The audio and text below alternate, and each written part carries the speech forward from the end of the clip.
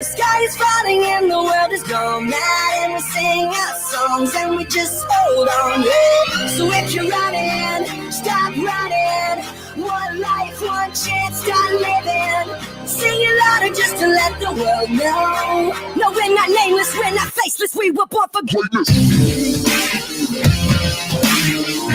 We're not nameless, we're not faceless, we were born for greatness. We're not nameless, we're not faceless, we were coming in the air tonight. Oh Lord, and I've been waiting for this moment for all my life. Oh Lord, can you feel it coming in the air tonight? Oh Lord, oh Lord.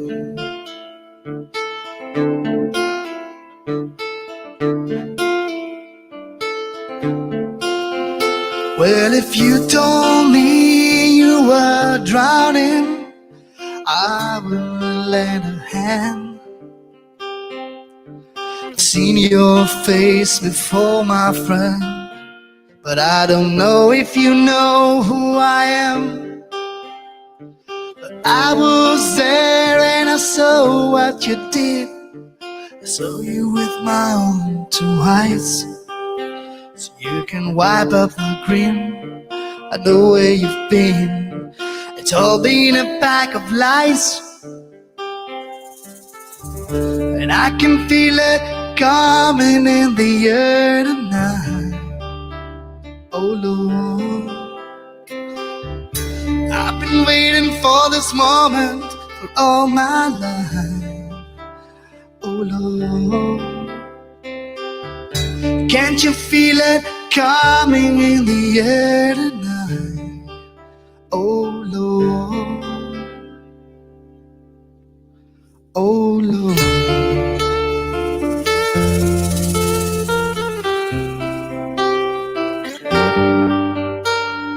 I let it fall, my heart, and as it fell, you rose to claim it. It was dark and I was over until you kissed my lips and you saved me. My hands, they're strong, but my knees were far too weak to stand in your arms without holding to your feet.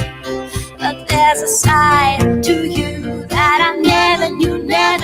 All the things you'd say that were never true. And the games you play, you would always win. But I set fire to the rain, watch the burn as I touch your face. When it burned while I cried, 'cause I heard it screaming out your name. I set fire to the rain, and I threw us into the flames. When you felt something die, 'cause I knew that was the last time. Sometimes I wake up by the door, and how you call must be waiting for you. Even now when we're already over, I can tell myself from looking for you. Well, I remember, don't worry. How could I ever forget the first time, the last time we haven't met? That I know the reasons why you keep your silence, so you don't fool me. 'Cause I heard out it's so, but the pain still grows. It's a stranger to you and me. But I set fire. I can feel it coming in the air now. Oh no. When it hurt while I cried, 'cause I heard it screaming out your name. I said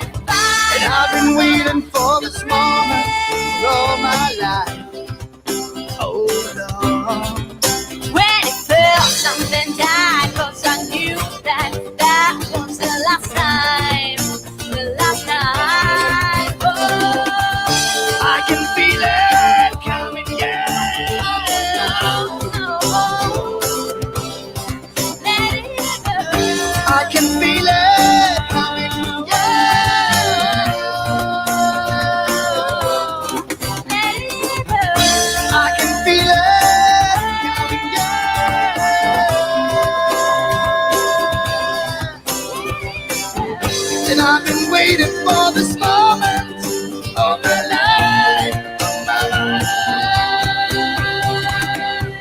Can't you feel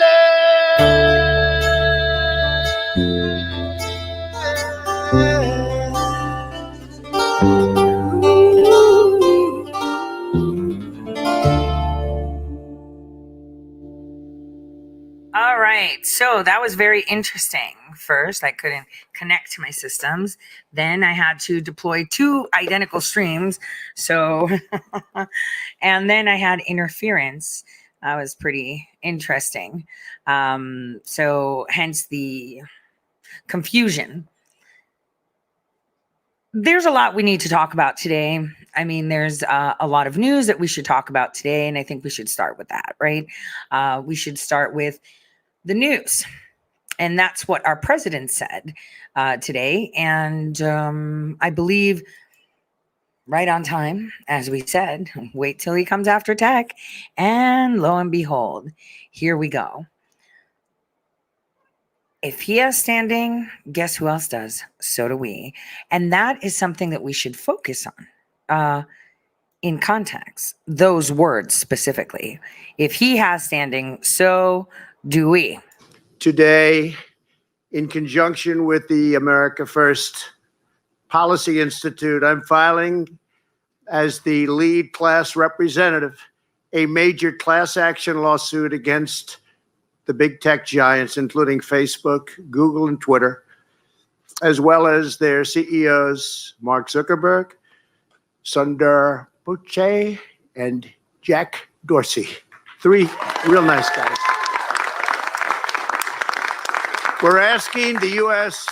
District Court for the Southern District of Florida to order an immediate halt to social media companies' illegal, shameful censorship of the American people, and that's exactly what they are doing. We're demanding an end to the shadow banning, a stop to the silencing, and a stop to the blacklisting, banishing, and canceling that you know so well.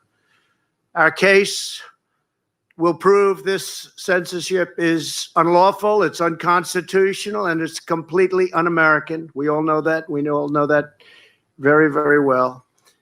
Our filing also seeks injunctive relief to allow prompt restitution and really restoration, and you can name about 20 other things, and it has to be prompt because it's destroying our country. Of my accounts, in addition, we are asking the court to impose punitive damages on these social media giants. We're going to hold big tech very accountable. This is the first of numerous other lawsuits, I assume, that would follow, but this is the lead, and I think it's going to be a very, very important game changer for our country.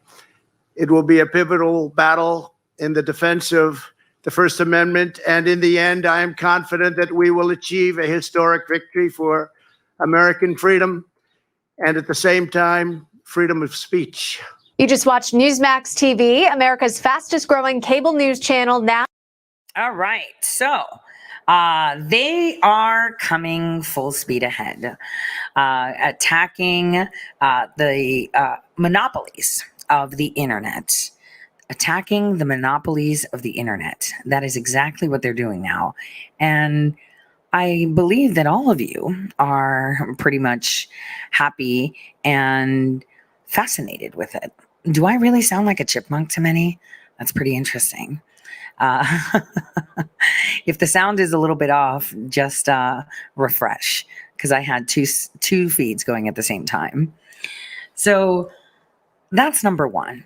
So let's just check out the fires initiated so that way we can identify the counters. So President Trump and my loud cat are totally against censorship. Now, which censorship? The freedom of the internet. I again state freedom of the internet, access to information. When they silence someone's voice that is not dangerous, that is not a threat to anyone to cause harm, then that means that they are sequestering information that can be shared. That's exactly what he is stating. And it's going to be pretty interesting the way it comes out. It's going to be pretty interesting. Because as I said, you will have the boot on your face, didn't I? Lo and behold, how the Biden administration is now going to be knocking on every single American door that they may not have listed as being vaccinated. I told you that was coming. I told you that was coming. And the thing is, people,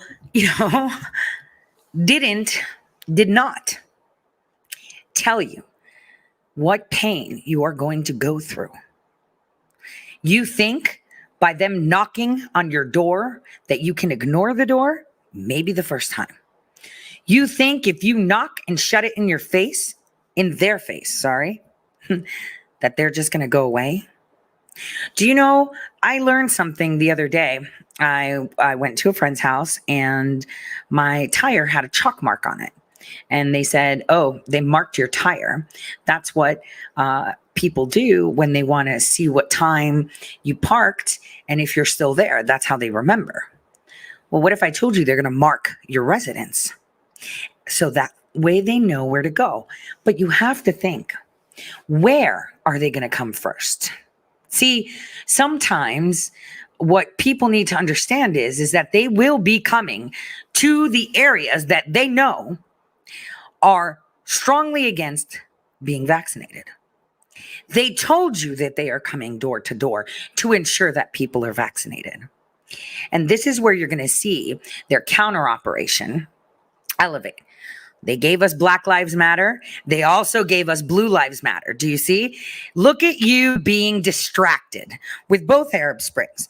It's an Arab Spring, basically, by creating all these faction groups. You want to see how quick things can turn really, really, really dangerous? This is how it goes. They will go to the communities that are mostly what? Conservative.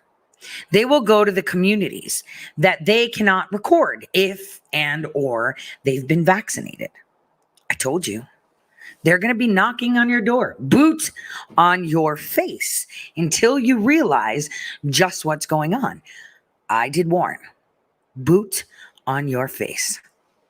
And so many people say, well, what do we do now? They can't come. I have guns. Do you think that's the answer? You think that's the answer? Remember how they triggered the next event? First, the guy burned himself. Then the kids did graffiti. Then they beat an old man and arrested him. Pay attention. This is what they want. See, it's not difficult to see what they want. It is not difficult at all. And the thing is that the other side, as one might say, is just way too stupid to see it themselves. Way too stupid. They can't see that they are the ones that have no idea who, what, when, where. Like, they don't even know half the things that Biden was capable of and or did while president. Here, allow me to show you a fantastic Q&A that Mark Dice did. That was pretty incredible because he went and questioned people that actually voted for Biden. He asked them questions. He, asked them how and what. You know what? You have to listen to this to believe it, because you're just going to see how uninformed many people are. It's insane. Take a look. Big important position, job. What was that? I don't know. He was a senator, wasn't he? A senator? I don't know. Did you sure he vote was in a this last senator? election? I did vote. You did. Who did you vote for? I did vote. I think I voted for Biden. You voted for Biden. Okay, but you don't remember what he did before running for president? No. Before Joe Biden became president, he had another job title. It's a pretty big deal, a big effing deal. What was that? I don't know. I'm not into politics. You're not at into all. politics? Yeah. Being vice president. Oh, it was. Yes. Yes. Okay. We're just clowning around. Yeah. See if people don't know. Really? Yeah. Does anybody not? Two people so far did not know. How? Yeah, they're that out of touch. Really? Yeah. Oh. Well, what are you guys documenting exactly? Morons. Morons. Yeah. So he had a job for like 8 years doing something. What was that? I honestly don't know. And to be honest with you, I voted for Biden strictly because Donald Trump is a moron. I think I could have guessed that you voted for Biden. I think that was pretty obvious. Yeah. You know, I could tell these kind of things. People know. Smart people know these kinds of things. Do they? Yeah, people know when you don't even know that the guy that you voted for used to be vice president. Of course, you're going to be brainless and working on delta waves. No, yeah. So, Yeah, I don't know. I don't know. are you an American? Yeah. Yeah. Yes. Did you vote in the 2020 election? No. No. No. Just not important. I don't know. Honestly, You know, don't pay obviously. attention too much. No, of course not. No, I don't know. You don't know. I don't know. I would. He was. Vice President. Hey, Obama. you're cheating. What did he do before he became president? He had another job. Honestly, I don't know. I don't follow politics all that too much. He did something for like 8 years. What was that? I couldn't tell you. It was a pretty prestigious position. Still don't know. He worked alongside Barack Obama, Oh, his assistant or whatever. or assistant or whatever. More specific, what was it? I don't know. His wingman. Wingman? He has a title. It's like officially known as something. What is it? Don't know. He was the Vice President. vice president. There we go. Before he became president, he did something for like 8 years, had a job, working, doing something. What was that? I have no idea. He was somebody's kind of like right-hand man. Oh, he was a vice president, wasn't he? Are you guessing? I'm not. I'm guessing. You're guessing. Okay. Guys, I really love Mark Dice. I mean, I don't know how he keeps a straight face. My eyebrows would have been furrowed, narrowing, and I'd be like, what? And you voted? This is a big problem. All right, we're just talking to Biden voters to, just kind of see how things are going. We're with the news here, the real news. The real news, not the fake news. Not the fake Not news. the fake news. That's good. That's a good start. We need more real news in America. We do. Hey, before Joe Biden became the supposed president, what was he best known for? It's dementia. Wait a minute. Look at his microphone. It just says the news. I freaking love him.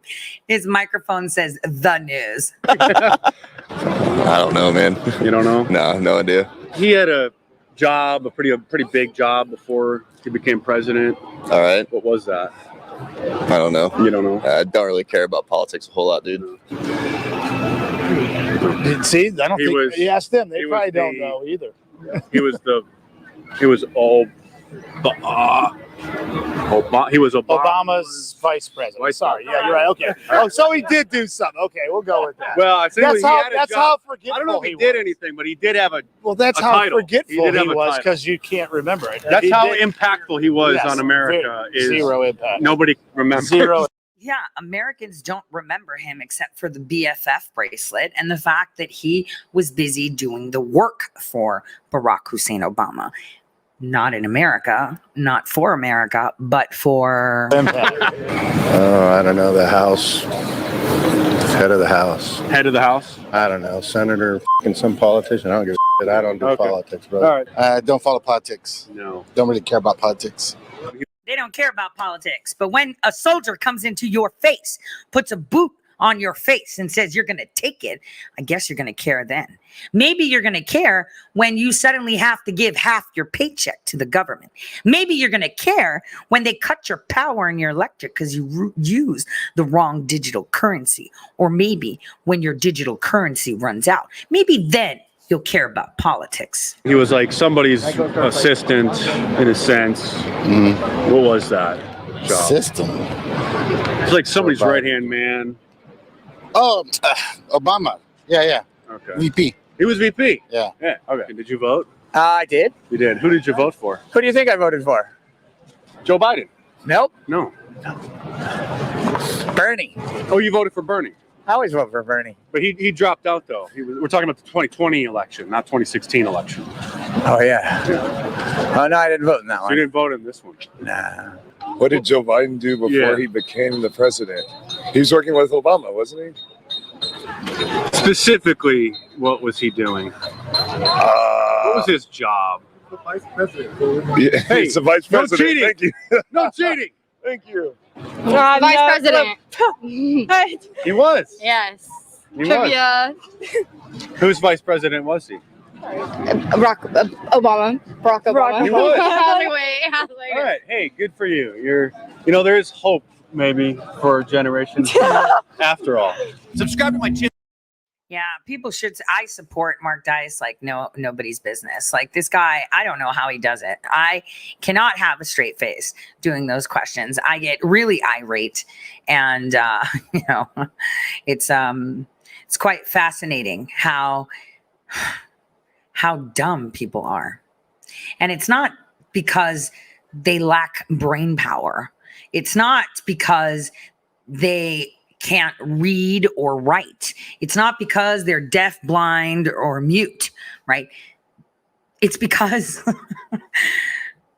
they choose ignorance.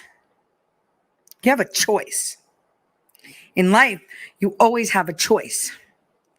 Always have a choice. That's what sucks. That you have a choice. And their choice is to just simply exist. And what does that mean to them when they simply just exist? Now, we're going to talk about a lot of things today, but we did talk about re-education camps and how Facebook has deployed those now, working with NGOs and nonprofits. We've been talking about this time coming, right? We've really been talking about it. And I think before we get into what everyone is talking about now, suddenly everyone's interested in graphene. They're telling you it's toxic. It's not. It's not toxic. It's scaffolding. And it's actually quite beneficial if used correctly.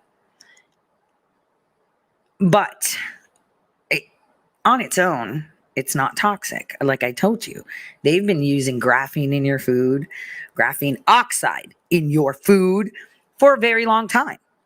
I've told you that they use graphene oxide in order to do what? Track you to see who buys coffee. I've told you this before, but it's news now because they've run out of things. They now suddenly have to provide you the news.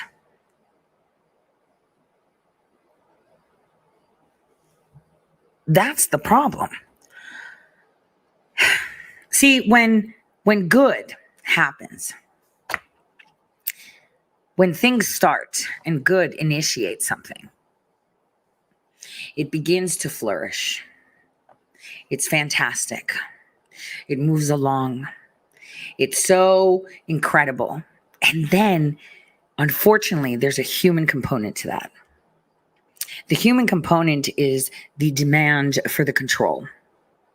And then you have the others that are there to profit. They will use any means possible so that they can elevate themselves rather than seek to elevate the collective. They will try everything. They will use deceit. They will use threats. They will steal information. They will sequester information, and they will block out every other narrative that may pop in. Now, while some of those blockouts are done in good faith, of course, considering that it might be a counterintelligence operation, the mistake that many make is that they fight it. There have been many times in the past, I'll just say the past 6 months, where I have completely walked into something that is a complete setup, and I know it is. In the past years, I have been not refusing to connect or come into proximity with actual agents against the good of the people. I've embraced them. Because in order to understand what they are doing, you have to listen. You have to see what they want from you. You have to see how they want it from you. Now, when something that is good has been taken, put under control, and maimed, because humans always have that component of arrogance. Now, while many can sit there and claim I'm arrogant, I'm just angry. And that arrogance comes out when I'm angry, only because I get super frustrated. But arrogance, in the sense of the whole operation in itself, comes because humans are executing it.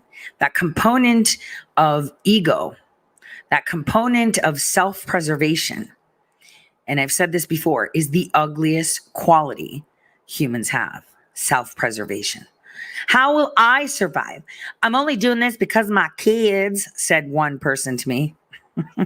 I gotta look after my kids, so I don't care if I throw people under the bus. You know, that was a realization time for me back in September, when I confronted someone and said, why would you do something like this? Well, I got to look after my kids and be able to. And I was like, so you're just going to trash other people? And, you know, well, I don't know, like everybody. I was like, nope. Well, you know, obviously, whatever house, whatever car, whatever anything you got by throwing someone under the bus because you had to, will never sit. You will lose the house, you will lose the car, you will lose your brand, you will lose everything. Everything that you have gained, he will take away when it is done in a wrong direction. And we are going to be seeing that in this chaos. Hence why someone had to step in and say, all right, bullseye, I'll take it. Right? There's always that person that walks in and is like, look, you messed up, you messed up, you messed up. You let it get out of control. Now, I'm not even related to you, but I'm going to step in. You know, like that fight you see on a bus, or, you know, this wrongful doing in a supermarket line, right? It's always the random person that has nothing to do with it that was like, look, man, I've been sitting here watching this whole shit show from the beginning. And I have been sitting there contemplating the argument of this person, the argument of that person, and I'm watching, and you both suck. So here I go. This is what we are seeing a lot of. And this is when good steps in. Real, unconditional good steps in. They want a civil war. They hate you.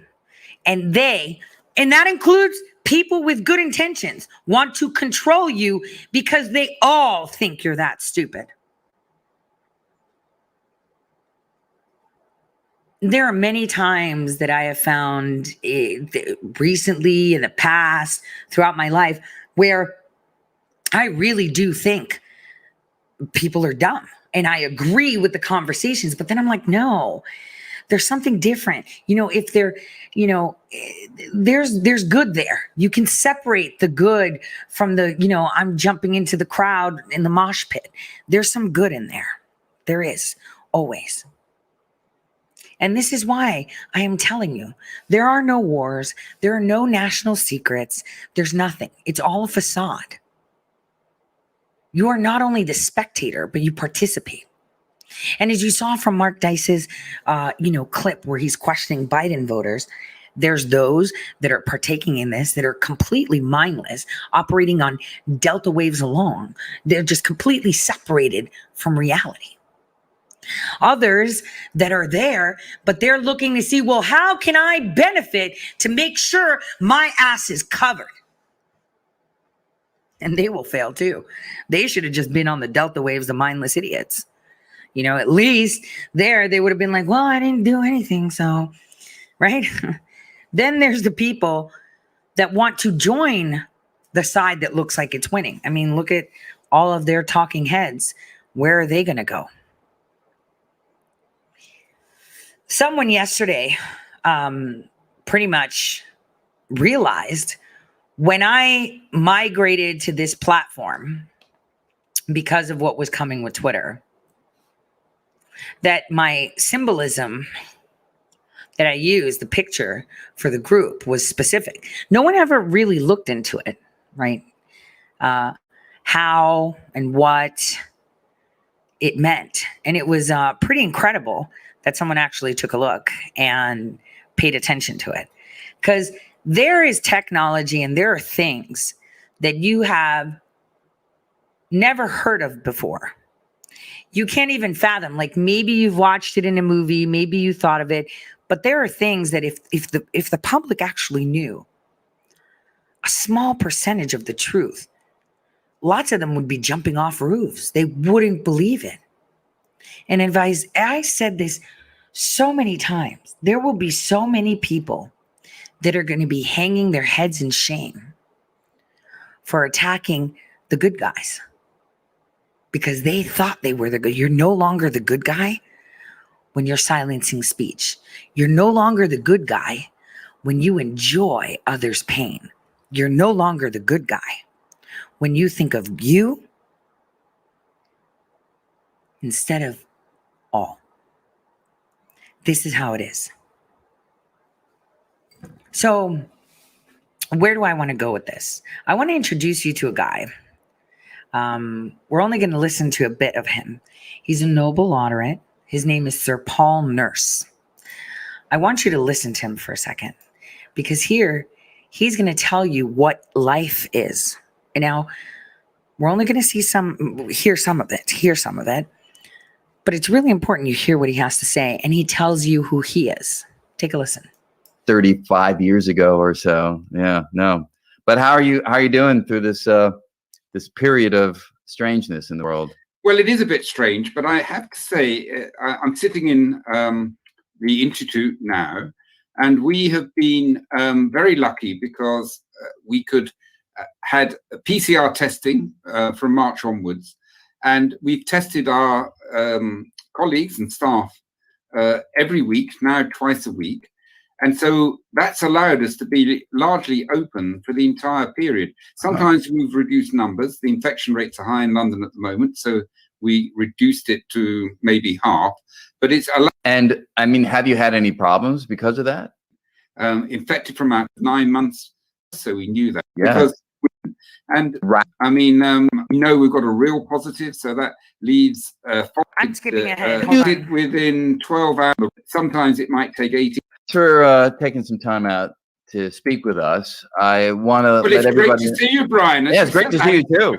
For some time, really good to see you. Yeah, no, I remember those times we would join you in your office at Rockefeller University and just have a tea and hang out. No, those are the good old You'll see my days. office is much smaller now. You know? I did notice. Yeah. I wasn't going to say anything, but I did notice. You know, that's what happens. But you have this new book, beautiful new book. Let me make sure I get it in front of the screen here. What is life? And we're going to spend some time talking about that. But before we do, do you mind if we just have a little, it's often nice for the audience here to get a sense of your own personal journey. You don't have to go into fantastic detail, but you know, where you were born, what your interests were early on, just to get the ball rolling with that. Yeah, I'm very happy to do that. Well, would you believe from my accent, I come from the UK. I'm English. Really? I was brought up in London. I was brought up in a non-academic family, working class family. I was the only one in my family to stay on at school after age 15. Got really interested in science quite early on, mainly through, would you believe, astronomy, physics, and also biology and natural history. And managed to get into university. Took me some time. I wasn't great at examinations, and I had some difficulty getting in. I managed to fail a rather basic examination, which was required for all entrance into university, which was a basic qualification in a foreign language. Yeah. And I managed to fail it, French, 6 times. It was I think a world record. I think a world record. But anyway, I went to university. Can I ask you a quick question on that? So do you think, this is a pet peeve of mine, do you think it's important that graduate students have a second language? How vital do you think that requirement is? I would love to have a second language. Better than that. I agree. I'd love to have it. But honestly, if it was demanded of me, I'd be sweeping the streets. Right. So, let's put it in context. Yes, I'd love it. And yes, of course, it's right to expect that type of breadth. But I'm quite good at other things. So it's not that I'm completely hopeless at everything else, but not foreign languages. But presumably you failed it because you didn't study hard, right? I mean, no, I studied so hard, Brian. You've got it all wrong. I really, really tried, and for two of those failures, I didn't have any other. I was working as a technician in Guinness Brewery, actually, a brewery that made beer, and that's my only task academically for the entire year, was to sit this examination, and still managed to fail it twice. Complete no-hoper. But they let you in, obviously, at some point. Yes, they let me in. I made a case, but they gave me one condition, and the condition was I had to do French for 1 year at the university, and this is quite entertaining. I ended up being allocated one person in the class with the most junior French assistant professor, and I remember sitting down in front of him, and he said, "Paul, you don't want to be here, and I don't want to be here. So we're going to do a deal. And the deal is this. At the end of this, I have to give you an examination. I'm going to give you 500 words of scientific French to translate into English. About a third of the words are in English in the first place because it's scientific French. I'm allowed, the examiner, to let you take any book into the examination, and I'm going to allow you to take a dictionary. And I am going to guarantee that if you just look up every word and put it in approximately the right order, I will pass you. Not well, but I will pass you. And I don't think we need to meet again in the rest of this year." That's fantastic. I don't think it would happen today, though. That is fantastic. Well, look, it's been it's humanity that benefited from that French teacher's generosity of spirit. So we can't fault him or her for that. So then you went to university, and when did biology sort of grab you? As yeah, it grabbed me, really. Science grabbed me, and then I wasn't sure whether to go to physics or biology. One of my daughters is a professor in physics. Yes, I know that. In Geneva, in the Large Hadron Collider. I could have perhaps gone in that direction. But what I thought was, working at physics, the problem seemed so big. And in biology, somehow the problems were smaller. And as a consequence of that, what I thought is maybe, even if I wasn't great, I could make some contribution to knowledge, whereas I wasn't sure I could do that with physics. So I went for biology, and maybe that's even true because, we play around, biologists, with smaller things, and you discover more about the smaller things, and it builds up. Whereas when I look at my daughter and this big problem of the basic nature of matter, you do feel a bit uncomfortable in your stomach. Maybe you don't, Brian, but well, that's the allure of it all. But then when you're actually in the field, you realize that most of the work you do is smaller, even though it kind of slots into those big questions. So maybe there's more similarity than difference from a day-to-day perspective. It's hard to. Maybe you're right. Maybe you're right. But what I was doing, I was wandering around the garden, looking at where spiders' webs were, and I'd make a little map, and then I could think, why is a spider's web here or there? And it's a bit difficult to think about bosons in one's back garden in terms of experiments. So maybe there's that difference too. There's no question about that, for sure. And then you started to work on research projects. Yes. Sorry, we're back at university. I decided that I wanted to work. I was interested in what life is, and we're going to talk a bit more about it because I eventually wrote a book. And I thought, if I was interested in life, I should try and focus on the simplest entity which unambiguously you could say was alive, and that is the cell. And I'm sure we'll discuss a little bit about that. And so I decided I wanted to be a cell biologist. I decided I would use genetics to take it apart. And then the question was, during my PhD, what should I study? I studied something really rather dull, if I can be perfectly honest with you. It was amino acid metabolism in fungi. I did a first degree in plant sciences, and that taught me how to do experiments. And that's, it sounds a bit mundane, but knowing what a good experiment is, knowing what a control is, knowing when you can interpret data in particular ways, all of this is actually really important. Significant lessons. And though you're not discovering something great about the universe, you're discovering how to investigate the universe. And with that background, when I did that in Norwich, it's in the east of England, where I was born. Actually, I wasn't brought up there, but where I was born. And I then decided, what is an important question in biology? And it was thinking about, what is the difference between something that's living and not living? And one of the characteristics is the ability to reproduce. And here am I interested in the cell and reproduction. And then I thought, how do cells reproduce? How do they control it? And I decided that in 21, 22, and I stuck with it, Brian. Yeah. And here I am nearly half a century later, and I'm still working at that same problem. Yeah. Well, I mean, it's great. I mean, Einstein wanted to know the unified theory, and he stuck with it for 30 years. He didn't get anywhere, so you've gotten somewhere. So yeah, a rather bigger problem, though, if I may. Well, say. a different problem. Yeah. So that does take us to sort of the main issues here of what is life, what can life accomplish, and the one thing I have to say quickly is I noticed that. So here's your book, and it's beautiful, skinny book.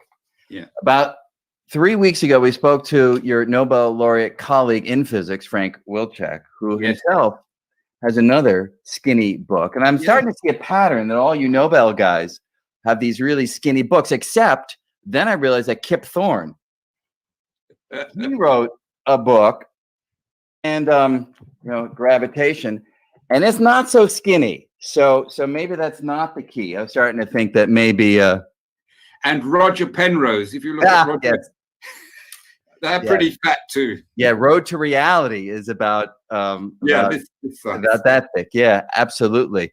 Now the other thing, I noticed, obviously, and you mentioned it, of course, in the book, is that the title is one that has been used before. Erwin Schrödinger wrote What is Life in the 1940s or so. Haldane, J.S. Haldane wrote a version of What is Life at a later time. In fact, I think we may even have their book covers here, so we can sort of see the progression. There's the Schrödinger. I have that one. Yeah, that edition, and then Haldane's version, and then your version. So, do you see this book following in a recurring attempt by scientists to try to answer this deep question? Like, is this a moment where we now have learned enough to reconsider this deep question? Well, I'll tell you what I was trying to aim at. I read a lot of popular science books. And what I began to notice is that the books written by physicists, such as yourself, generally took on big questions, ones that we struggled with, and which go to the fundamental nature of reality.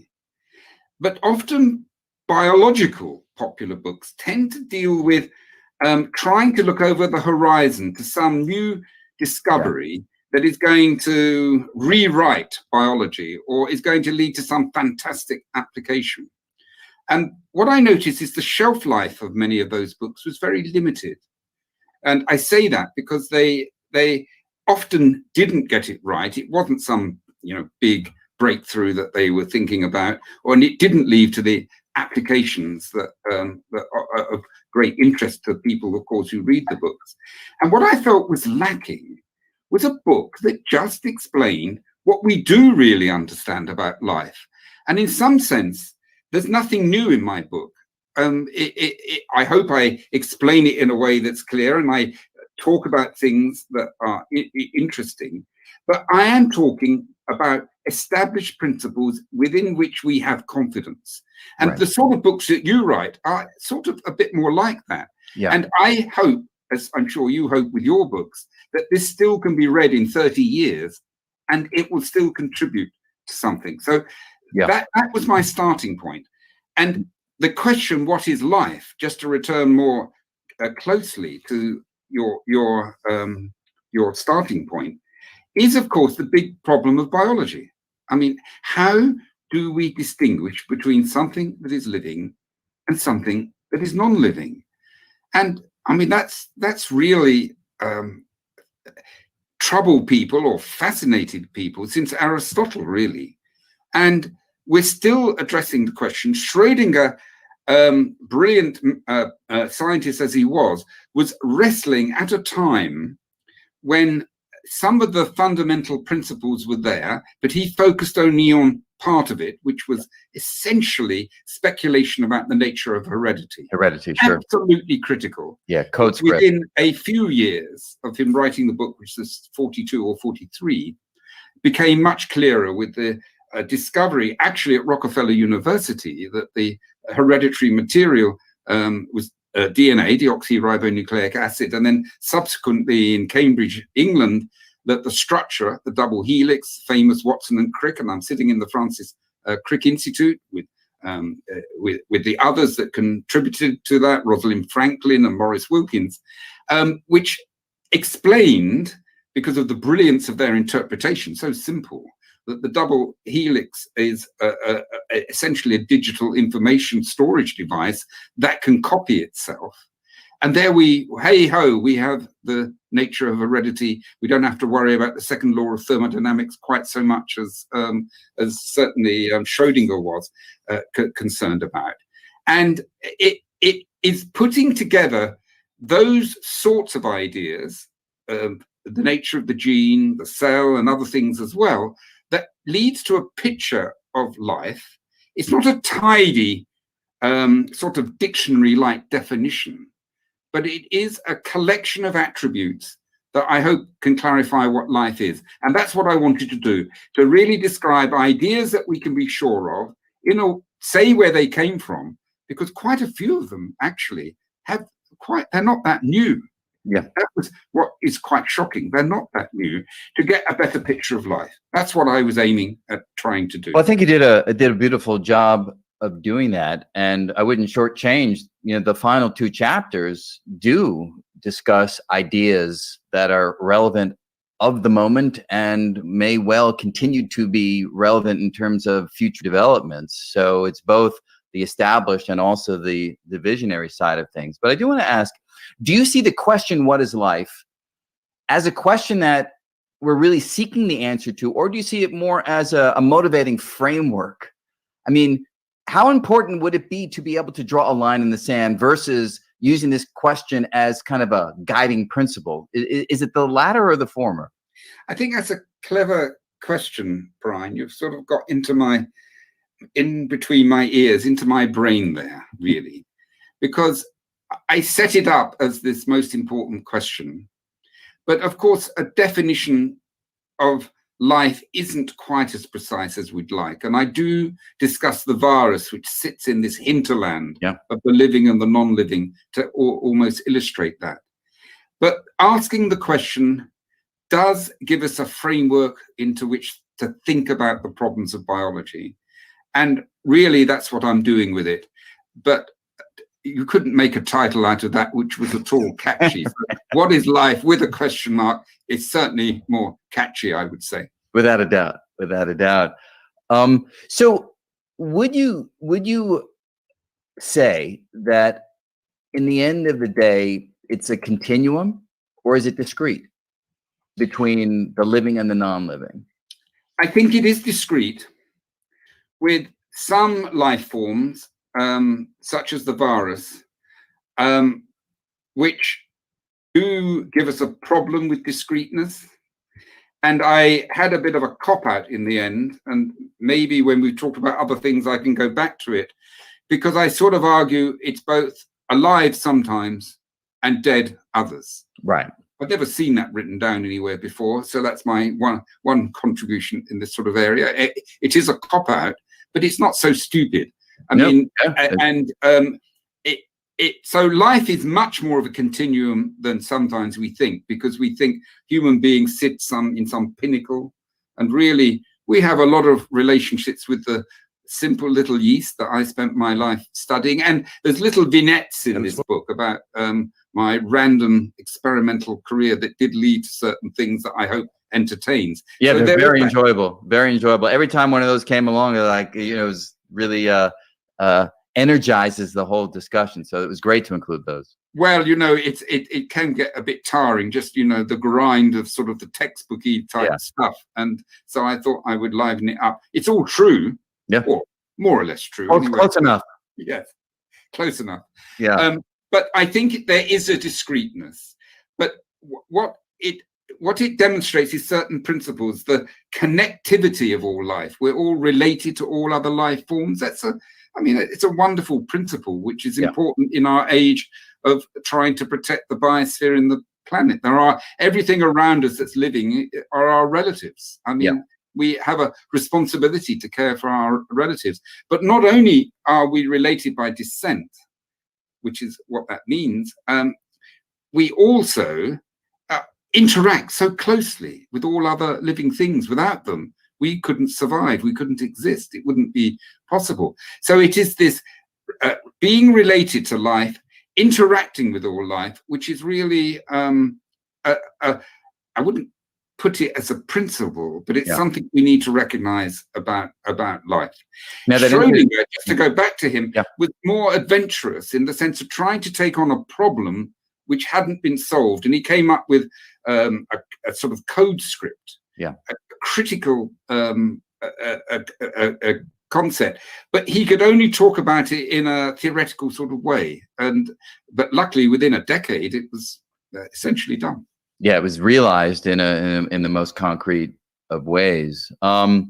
So among the chapters of your book, you lay out 5 big ideas that allow you to piece together an image, a vision of what life is. So you talk about the cell, gene, evolution by natural selection, life as chemistry, and life as information. Now, for this particular audience that we typically have watching these programs, the first 3 are probably relatively familiar. The cell, the general structure, the gene, the information encoding molecule, evolution by natural selection. But when you come to, for instance, life as information, maybe we can actually start at the end and work our way back. What do you mean by that? Well, life as information is probably the only part of at least this section of the book, the first 5 ideas, which might have some controversy about it. It's not how it's not what you find in the textbooks, whereas everything else you find in the textbooks. As I said, I hope I explain them in a more interesting way than most textbooks. Yes. But that's what they are. Life as information is rather important to me, and I really want to explain why. I think that to describe what goes on in biology, we're describing the workings of the cell. And the classical way that that's considered is to think about the molecules, the chemistry going on in that cell, and the physics, of course, and to describe the molecular mechanisms that are operative there. So it's a description of process. But to understand that description of process in biological terms nearly always requires thinking about information. And we've already touched upon this. And I'm going to give 2 examples that I give in the book. The first one is DNA itself. Now, you can do a molecular description of DNA, the beautiful double helix, But we had to escape from the beauty to think about actually what it means. Sometimes the beauty can be a bit distracting. And actually, if I ever go to another research institute with a piece of sculpture looking like a double helix again, I will scream because it just drives me crazy. But the point about the double helix is that you are describing in precision the position of atoms to an angstrom accuracy, but it is a description. It has no biological meaning. Where does the biological meaning come from? Well, the biological meaning comes from a couple of characteristics that emerge from that structure. One is that it's made up of a chain of nucleotide bases. There's 4 of them, A, T, C, G, which are in a particular order.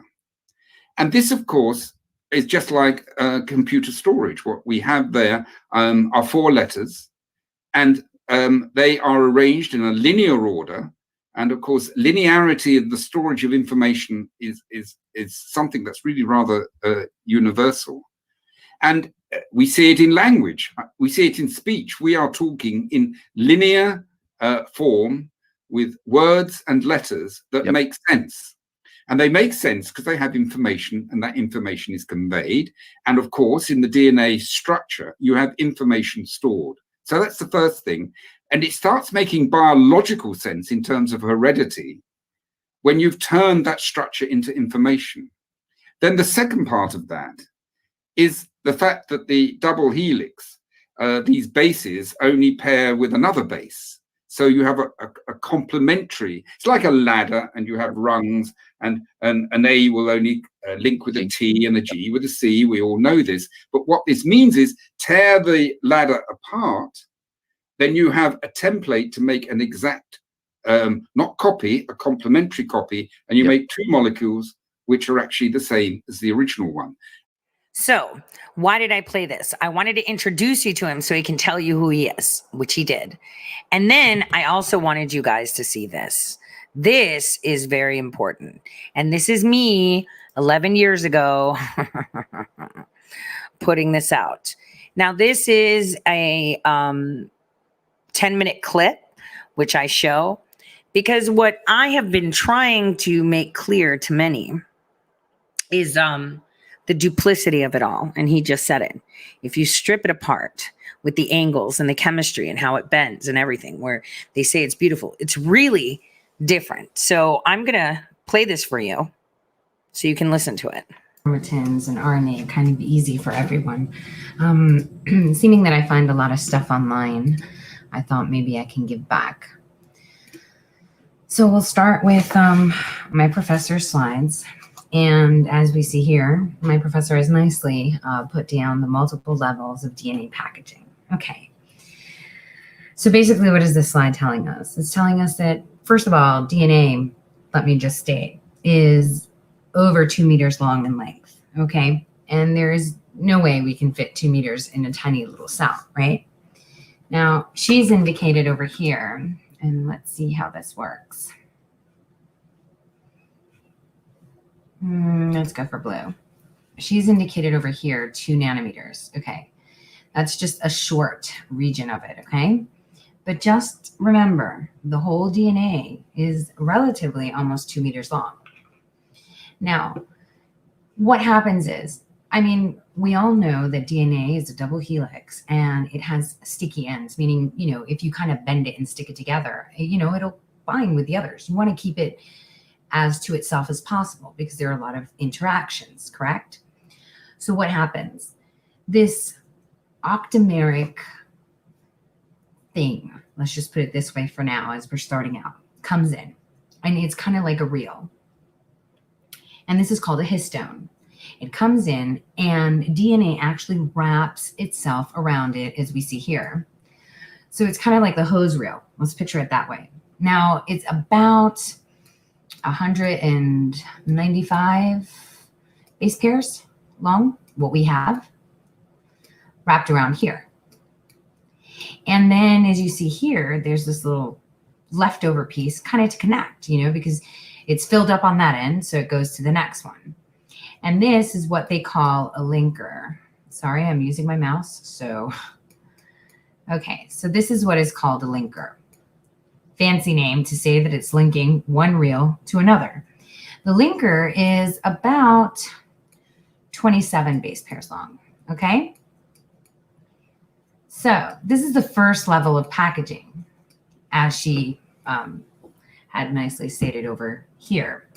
So the first level of packaging is seeing this beads on a string kind of thing, where chromatin begins to form, because this is not chromatin. This is the beginning of it. And she stated that the initial, I would say, phase of it is this beads on the string, form that's about 11 nanometers long. Now, what comes in here is something called histone 1, and it kind of stabilizes this mechanism. And once this mechanism is stabilized, it kind of like smushes them together. They all like come together. And what they do, the way they come together is like they come together just closer to each other, okay? So they just come closer to each other and they just kind of connect. And this package, this level of it is called, the 30 nanometer pack, which is the level that it's ready to go. Basically, what happens is that as it comes together, it kind of loops like a little flower. Okay, let's just picture it that way. So why am I showing this to you? I want you to understand when I get into graphene, how it works, because I'm going to dispel a lot of things. So it's very interesting that 11 years ago, only this part is on my page, everything else purged.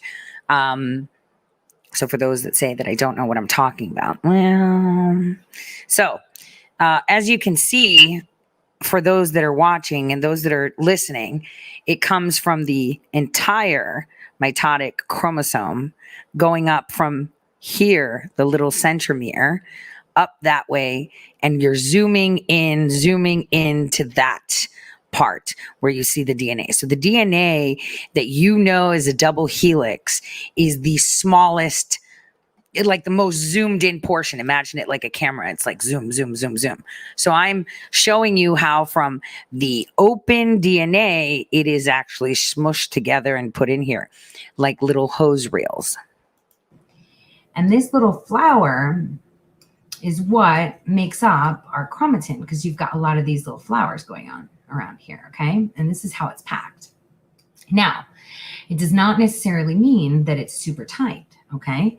Because a chromosome has to be accessed. So if it's like super, super tight, that's no good to us, because then we can't read it. So it's still going to be like a flower, but proteins are going to be able to access it here, here, here to read it and to be able to decode it. Though the most condensed section of the chromosome, as we see here, is the supercoiling. That's the last step that happens. It's an additional coiling step that happens after all these, after this coiling and the little flower and the histone 1 coming in and topoisomerases. The next step is this supercoiling. So we're going to say it's super. So I want you to understand what I'm trying to explain. Even though DNA, as you can see it over here, has been opened up for people to be able to see it, read it, and see the 5 basic elements that I've said is phosphorus, hydrogen, oxygen, nitrogen, and carbon, right? It then is packed and packed and packed in like a little flower, almost like on a little rod. But the thing is, it's like data storage. It's indexed in a way that it still leaves an avenue to read, clip, delete, etc., etc., etc. Okay? So coiling, okay? And this supercoiling actually causes it to be super condensed. Why is this necessary? Well, this is necessary when we're going through mitosis, because if the chromatin is not, if it is not super condensed, then there's access and all this stuff that's going around is going to ruin it. So it needs to be super, super tight. That's the only time we will find chromatin super, super tight, because that's the time that it needs to be tight so that way it can split during mitosis, okay? Now, here's an electron micrograph, as she shows, of these nucleosomes like beads on a string. Okay. You see these little beads. This is the open one that we had, the 11 nanometer one. And this is the 30 nanometer one going round like a little circle, right? Flowers. Okay. So packaging into a chromosome required for cell division. We just said that. So over here, we've got tons of little beads, hence the 2 meters fitting into this chromosome. Yes. So here's the centromere. This is where everything needs to detach. Okay. That's the center of it. So as we see here, except for the M phase, the DNA is packed into chromatin rather than chromosomes. Okay. So what is the whole reason of this supercoiling here? The whole reason for this supercoiling is to become a chromosome. Okay, so this is when we split. We need the chromosome to split what? The sister chromatids. Okay. Wow, I'm getting the hang of this mouse thing. So the duplicity, pay attention. Okay, so these need to split, right? So that's the whole point of this phase, having the necessary of having this extra supercoil. Okay, and this is where the histone comes in. Over here, and over here, it's more relaxed. Okay, it's more relaxed. It's packaged into chromatin because what? We need to access it. We need to know what we're reading, how we're reading it, and what we're going to do with it before we split, right? Okay, so the packaging into chromatin fits the DNA into the nucleus. Like we said, 2 meters got to fit into the nucleus. Protects the DNA, like we said. It keeps it apart. We have this hose reel going around to keep it so it doesn't interact with each other and stick. Because if you take a big long hose and you try to cram it into a little hole, it's just going to smush and bend and, not work properly, if you keep it packed for too long. This way, if it's on the hose reel, it'll be a little bit rusty, but it'll open up just like DNA. It organizes segments of the DNA to allow transactions such as gene expression, like we said. It stretches out to allow some reading so that way you know what you need to do. And this also distinguishes between eurochromatin and heterochromatin. And we'll get into that right after in my further videos. Now, before I close this off, I thought I'd show you a recording that I have, which is amazing.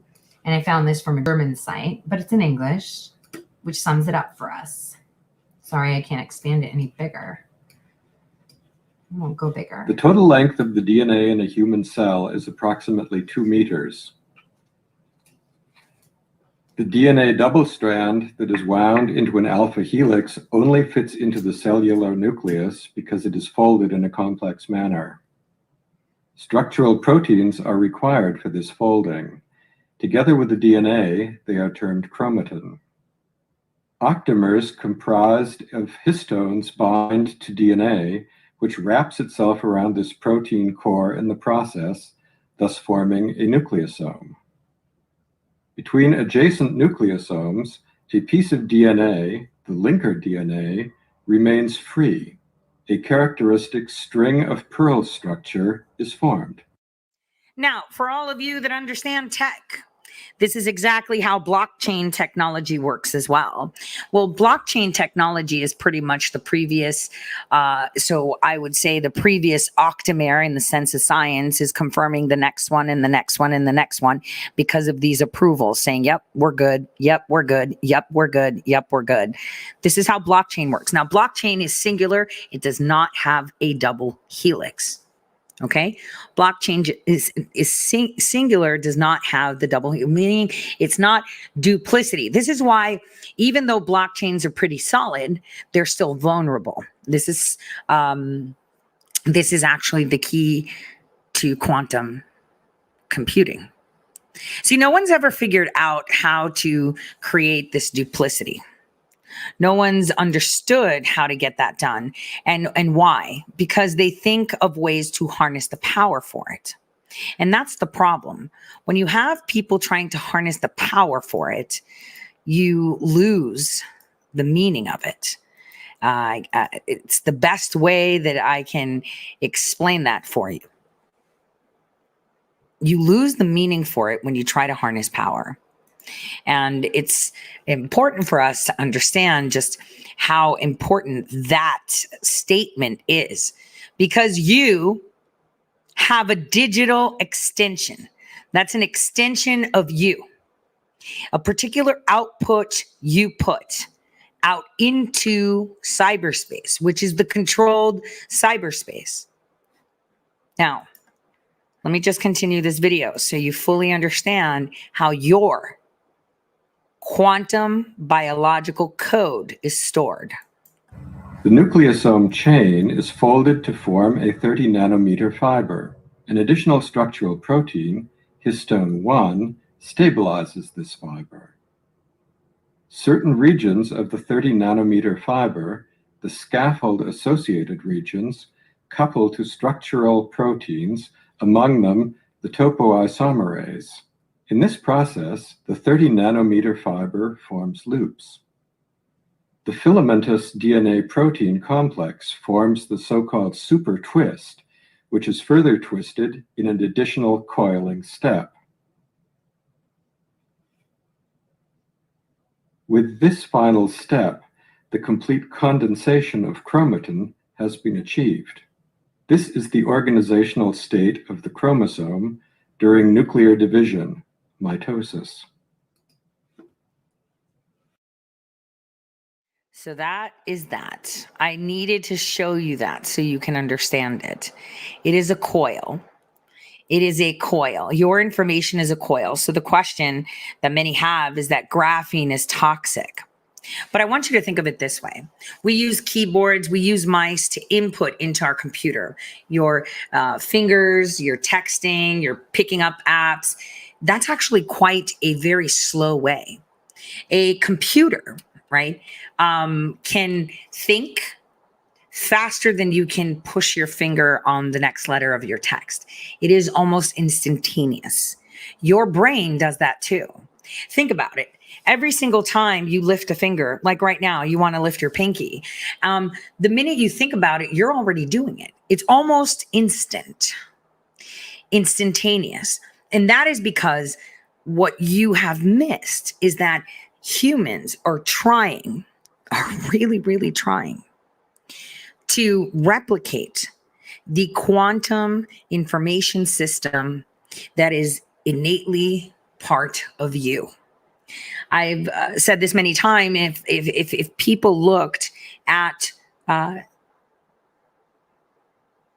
biology with the eyes of a coder, it would make sense. A lot of people call that biohackers do that by trying to hijack systems. And this is what we're seeing with these vaccines that have used graphene, which they already had planned and put together. The problem is that when you use things in nature, which are there to assist always, to reinforce scaffolding, maybe to make people buoyant or to make, living things stronger or smarter or connected better, they don't understand the divinity of it. See, graphene has many, many uses. You insert it into other metals, you reinforce them. You can make something that weighs a ton weigh an ounce. It can create buoyancy. It can create interconnectivity through fields that already exist of energy that no one else can tap. Graphene can actually mimic energy waves. It can be used in the form of RFID, like I've told you. It can be used in many, many ways. These experiments with other things within this biodome, which are all here to be expressed and used by man, have been done so with the goal of control rather than goal of liberation. And that would be to free the chains of limitations.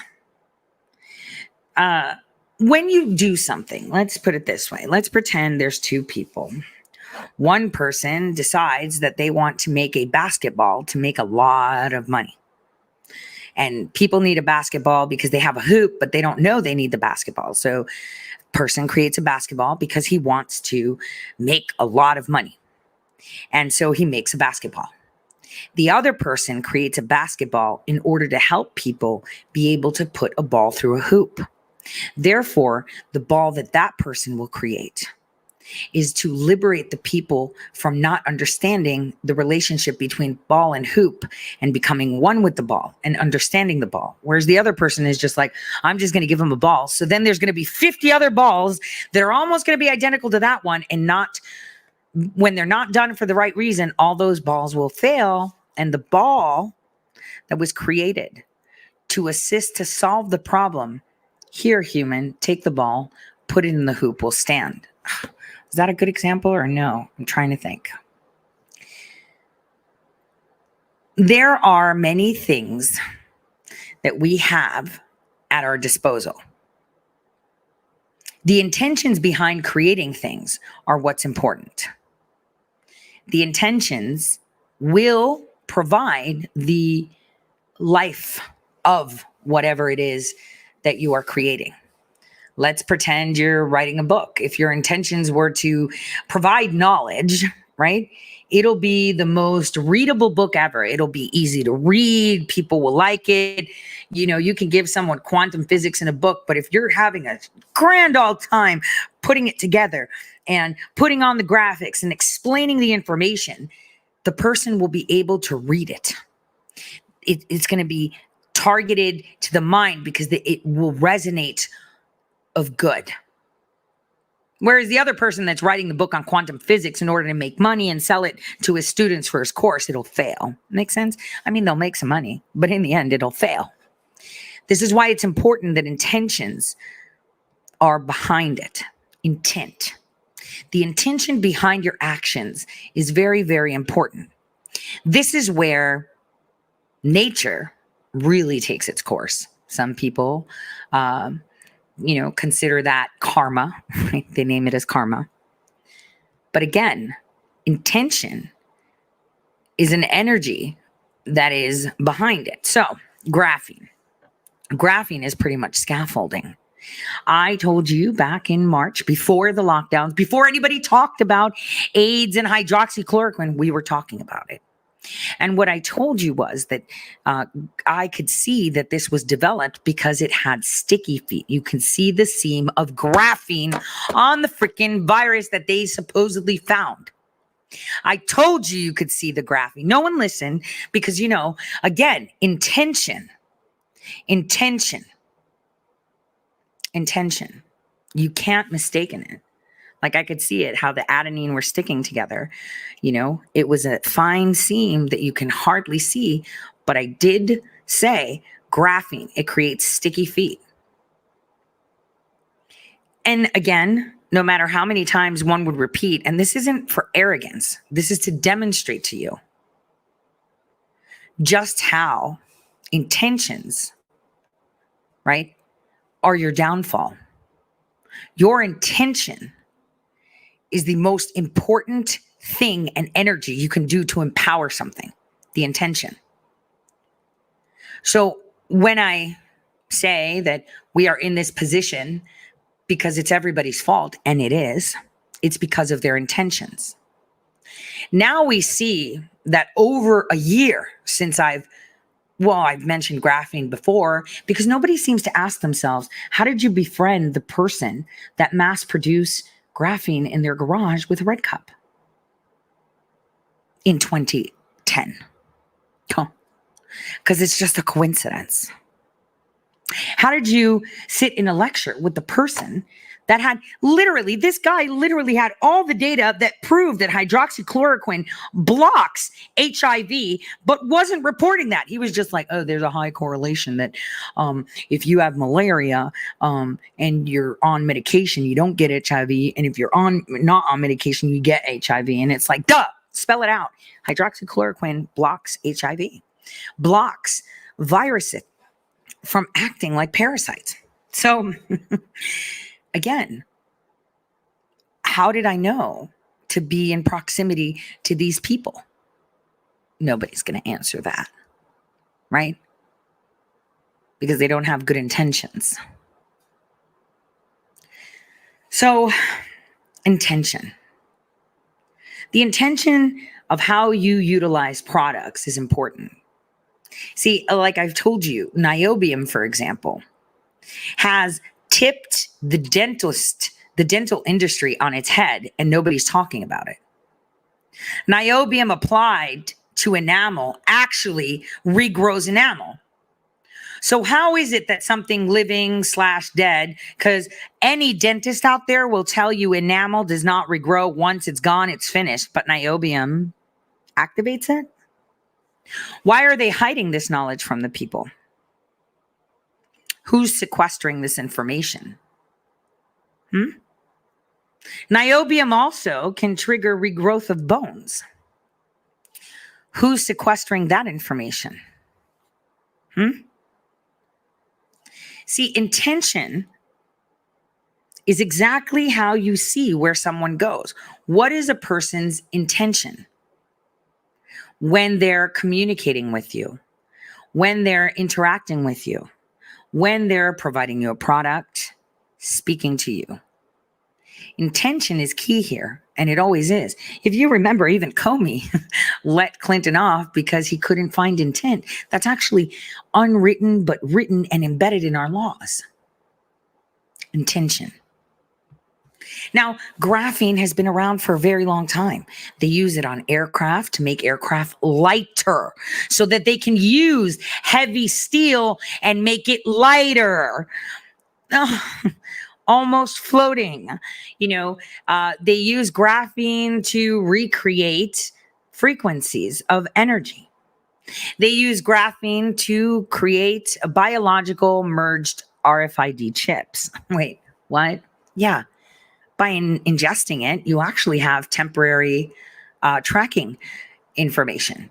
By embedding it into your code or being the scaffolding for your code, it can allow someone to have access to things remote control because it does have those properties. It depends on where you target. These are real things. This is real science. And again, I ask, what was my intention, at the age of 30 to go back to school in something that I never studied, to finish my undergrad within 2 years? I literally started December 2008. I graduated with my BSc December 2010. Who does that? Why? Because I was in a rush to be at the College of Medicine to garner that proximity to information. But again, I say it, you can tell me, how is it possible that I gained proximity to all the things that are relevant now? It was not a coincidence. Some people go rogue to be nuts. Other people go rogue to help, I guess, sometimes, whatever. So how do we help mankind as a people? How do we participate?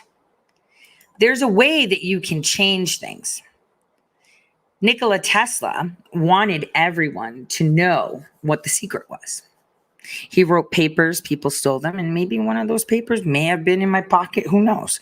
He's pretty much made it clear, and you guys can check it with science, that the way the frequencies in your mind work is how you are able to function. Just like your eyes, there's color blindness. Why? Because your eyes cannot see certain frequencies that are assigned to specific colors. The same thing with your brain. That's why I said most of those people that Mark Dice was interviewing were operating on theta waves, with delta waves, and I said theta waves, which means that they're completely detached from reality. Okay? They're sleeping. There can be people walking and sleeping. Hello, sleepwalking.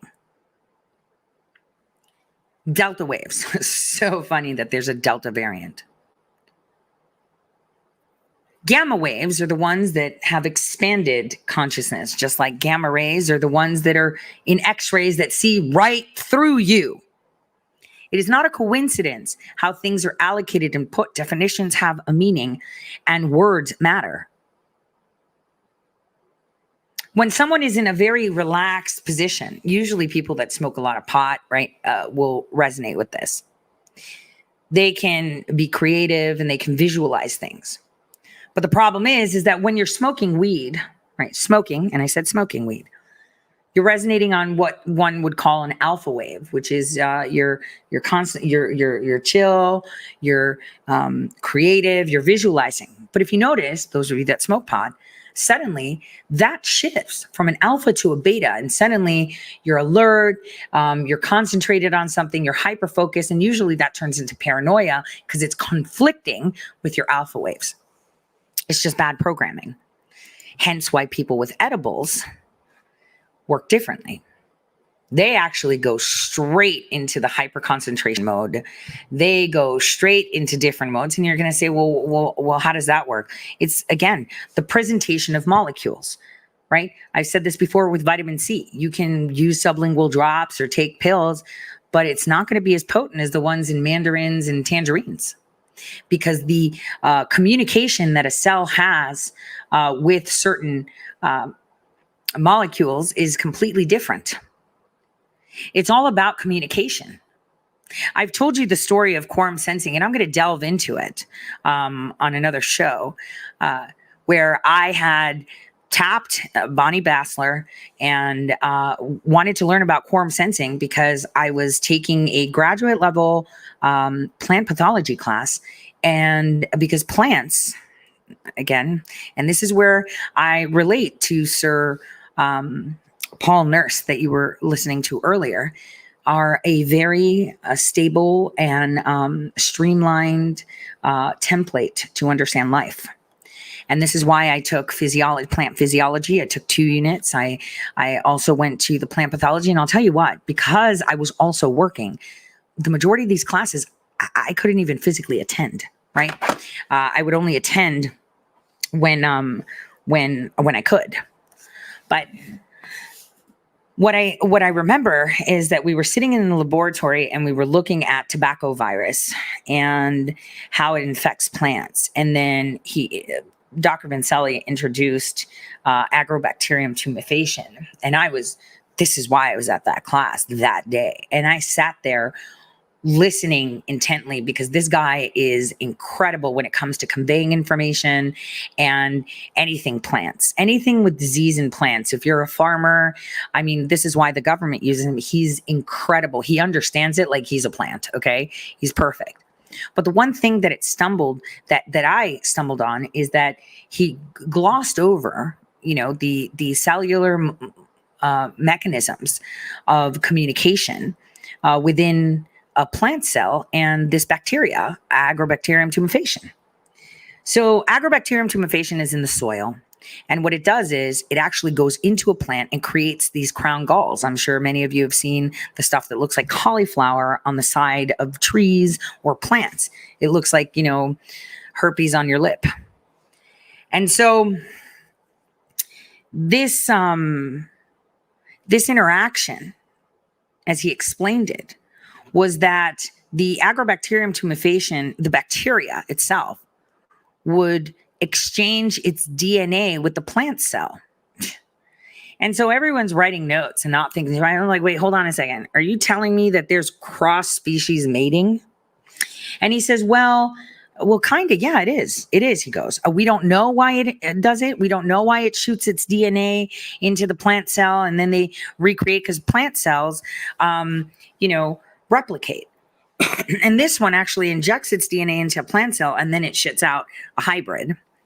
And actually the crown gall, the more it grows, like as cauliflower, if you skim off the outer side, it stops perpetuating. So if you take off, the ones that are active.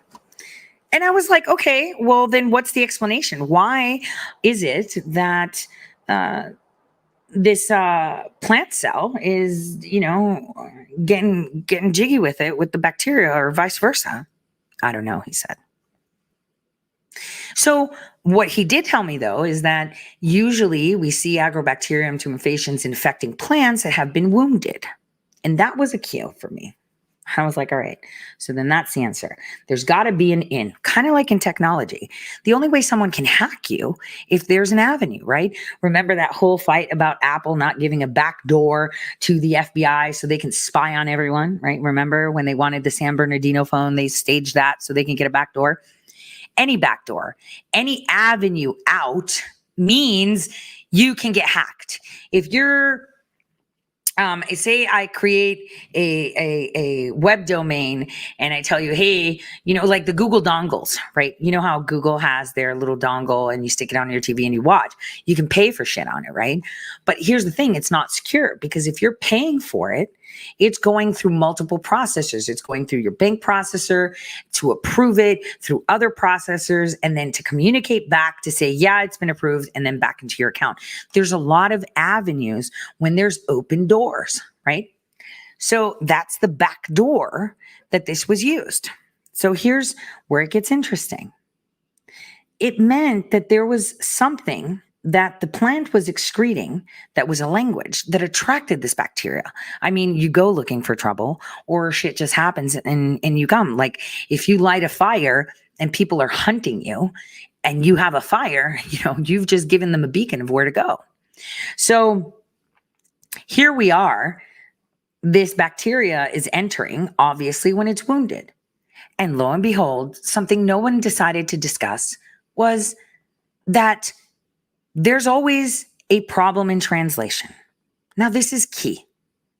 It means that the phenol that is excreted by a plant, which is a molecule that signals its neighboring cells that it's hurt and it needs to recruit tools to heal itself, is almost identical to that of the bacterium when it is calling on another bacterium to mate, or not mate, repopulate, like, you know, get in.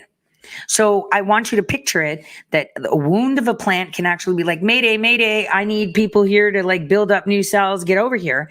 And that Mayday signal sounds like, hey, we're regenerating, get over here, bacteria. So then they mesh. So there's miscommunication. Something that people don't seem to understand, just like our DNA, there's always miscommunication. It sounds like the same signal, but it isn't the same signal. It's crosstalk.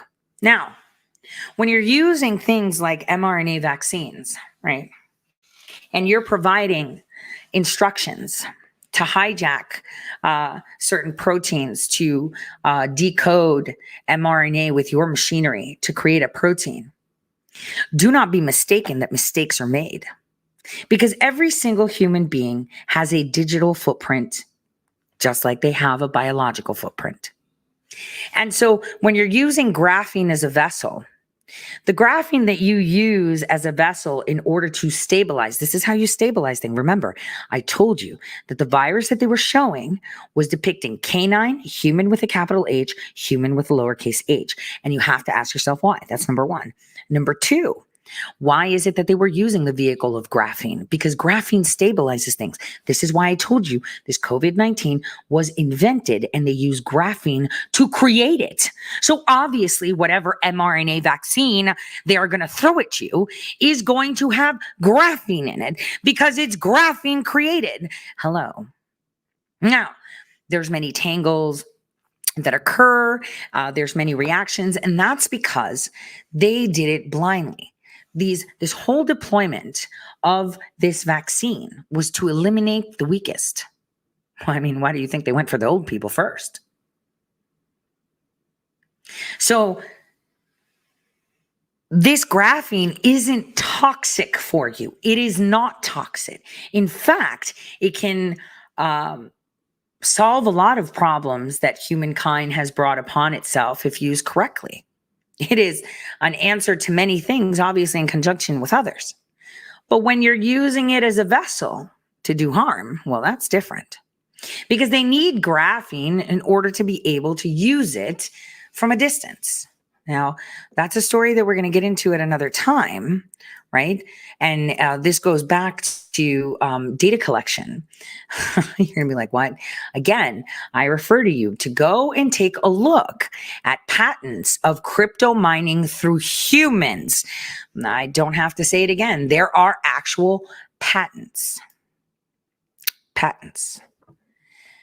So once again, graphene is not something that is toxic. They actually use graphene to monitor how safe or fresh your food is. Did you know that? Yes, they do.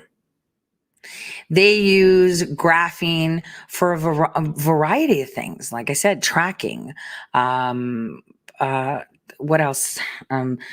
Food printing. Wait, I think I have hold on. I have a video for that. Give me a second. I'll show it to you. I think I talked about this a couple years ago because it's pretty fascinating. Here you go. Take a listen and watch.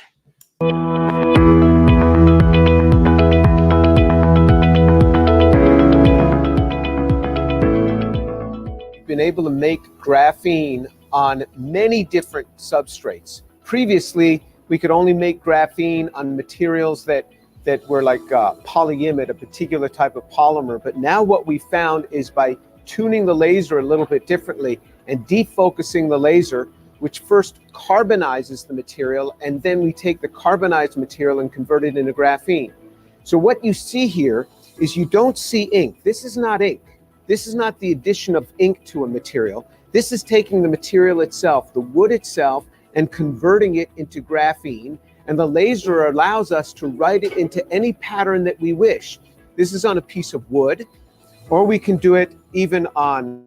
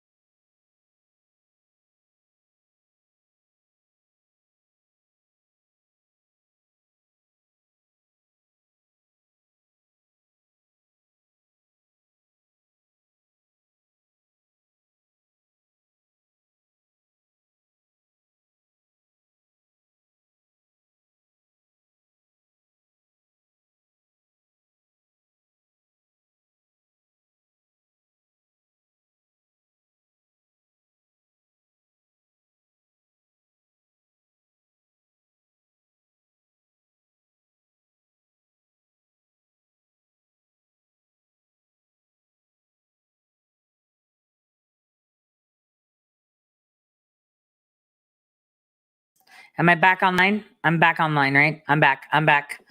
Man, they really hate truth. I'm telling you. Like, come on. Are you kidding? Just as no, that's so not fair. Here we go. Let me pick up where I left off. Okay, guys? Let me just pick up where I left off. We're going to pick up where I left off. Just refresh your screen. I'm going to see if it works on my end too. All right. Damn, that was really crazy, wasn't it? Super crazy. Let's go. single atomic thick sheets of graphite, and now we take these and we put a few of them on top of each other as we convert the material itself, a piece of bread, and so you can convert the carbohydrates that are within bread to graphene. Did you hear that? It's not ink. It's not putting impressions. It's not It's changing the actual molecular composition of bread and wood. It's changing the actual molecular composition of the wood, the bread, the potato, the cloth, and you. It is changing your molecular composition. It is not toxic. It is replacing. I have mentioned before, slowly, this is why I say, if people actually knew the truth, they'd be jumping off the roof. Again, why do they say silicon-based life in Venus and carbon here? It's highly identical. Well, what you can do is hijack carbon and replace it with graphene because it integrates. Or we can do it on a coconut. So you can take a coconut and convert that into graphene.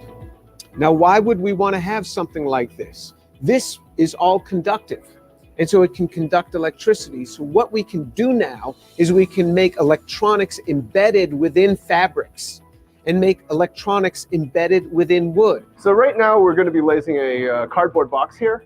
And the significance of being able to put electronic traces on cardboard boxes is that it has a lot of potential commercial significance in being able to write RFID tags directly on boxes, so you can either tell where it's been, or you can put a sensor on the box and see what kind of conditions it's been exposed to. Currently, people are using RFID tags that have been manufactured and they attach them to the boxes, but being able to directly convert a box would be really valuable. Why would one want edible electronics?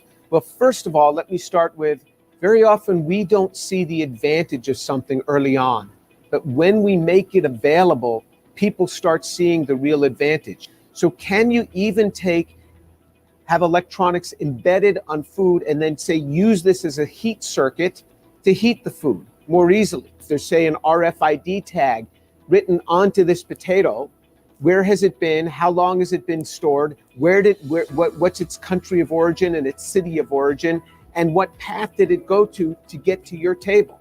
All that can be embedded not on a separate tag that's placed on the food, but directly on the food itself. And these can also have sensors that would detect E. coli, sensors that would detect microorganisms that you might not want. They could immediately light up and give you a signal that you don't want to eat this.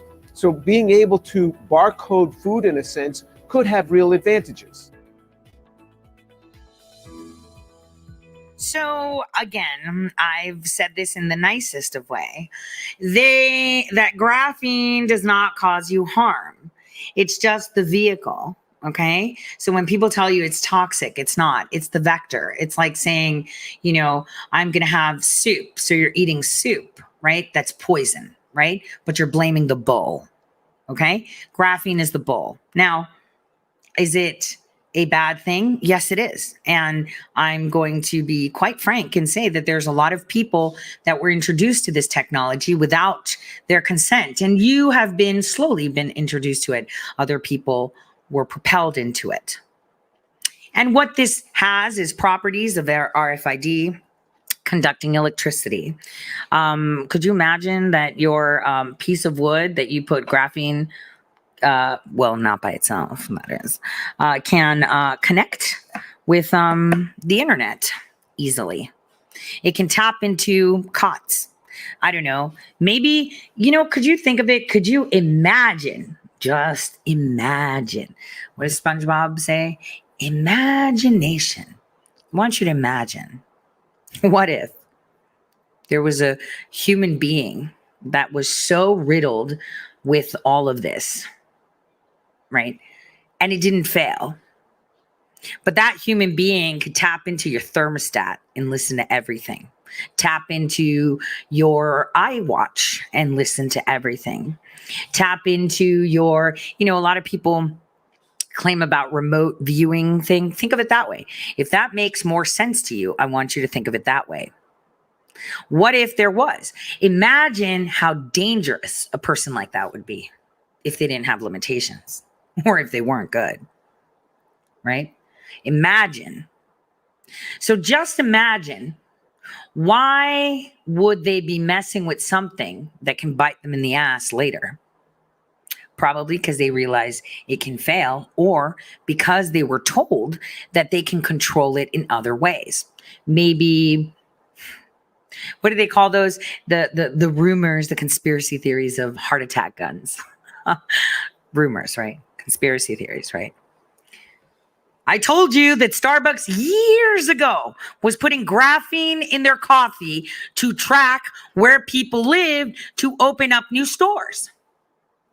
Oh, I checked my meat and I put a magnet and it was, yeah, because guess what? Graphene also has electromagnetic properties when it is put into meat.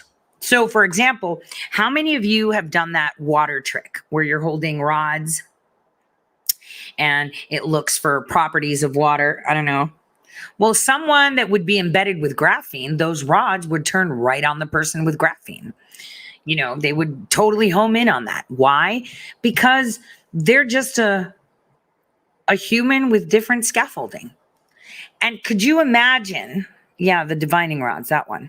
Can you imagine what they've been doing to everyone since the 70s, late 70s, when they had already started between 1969 and the last experiment was conducted in 1979 on actual children, right? They introduced what? The swine flu, you know, they introduced it about what, 4 to 5 years into their experimentation. So it was like, what, 1974, 1975? So they were giving small doses to see if they can change things. And what did it result in? Guillain-Barré syndrome, right? And then they started introducing other vaccines, changing your vaccines from tetanus being just a bacterial vaccine where it comes in and trains your B cells to be able to fight off that bacterium. It now has other additives in it too. Slowly but surely testing it out. Suddenly we see a lot of ADD, a lot of autism, because ADD means that a lot of things are connected at the same time and the person can't filter it out. Maybe there's some scaffolding that shouldn't be there and it is completely out of control because it only targeted that one section. Maybe autism, and we know that a lot of people that are autistic, have certain qualities. Like they may be hindered on the way they communicate, but they're just geniuses on another level. This is why we have savants. Maybe, we're using something that is not toxic in the wrong ways. And they know, well, on the books, they've realized that graphene took to some and killed them and probably didn't take to others, the ones that survived. Well, how would they know? Graphene creates or changes the properties of what you've just inserted it to. So how do you know that it never took? Because you can't detect it. You think that if you take the DNA of someone who has DNA scaffolding with graphene attenuations, you would be able to see it? Fuck no, you won't. Unless you know exactly what you're looking for, you can't even see the seams. There's millions of scientists that looked at the code that they presented as COVID-19, and none of them, I did, but none of them told you, hey, looks like there's a seam here. Why? Because they don't speak code. Those that are programmers and developers, if they actually looked at genetic code, if they actually looked at RNA code, if they actually looked at biological functions and molecular communications as code, they would completely understand what was going on. This is it. So think about it. This is pretty dangerous, if you ask me. Creating what? Superhumans? What are you? Super things? Let me show you another clip. This is from China Morning Post from a couple years ago. Here we go. Flexible, transparent electrodes are essential components of wearable devices. Korean researchers have successfully used a new material to make the component. Park Se-young with more. Graphene is known for its toughness and ability to conduct electricity. Korean researchers have chosen the material to make electrodes that change their visible colors in less than 1 second. Using an electrochromic material as the base, the researchers successfully stacked layers of graphene with polymer-based materials. They found that 4 layers of graphene electrodes have the most electrochemical stability and can change color the fastest. We reduced the total thickness of graphene to 1/5, increased the transmittance to over 90%, and increased the speed it changes color by over 10 times. Flexibility is an essential quality for electrodes and wearable devices. The material also needs to be good at conducting electricity. And to be used for displays, it needs to be able to control light transmittance when placed on a transparent surface. The researchers were able to meet such requirements by layering graphene. The study, which could bring changes to the design of electronic devices, was published in the journal Scientific Reports. Park Se-young, Arirang News. Well, I have been telling you what you need to know, and you know something else that I kind of hinted at you that changes colors too with energy. And so, could you imagine if there were actually, I don't know, any of these people that were actually reinforced with the correct compound? Do you think they would say, hey, I'm right here? I'm just saying, would they? Fuck no, they wouldn't. They would take them and tear them apart. Here's some other stuff they're doing with graphene, which is quite interesting. I'm just going to leave you with a lot of little nuggets to chew on as you watch everyone freak out about graphene oxide, and you already know what it is.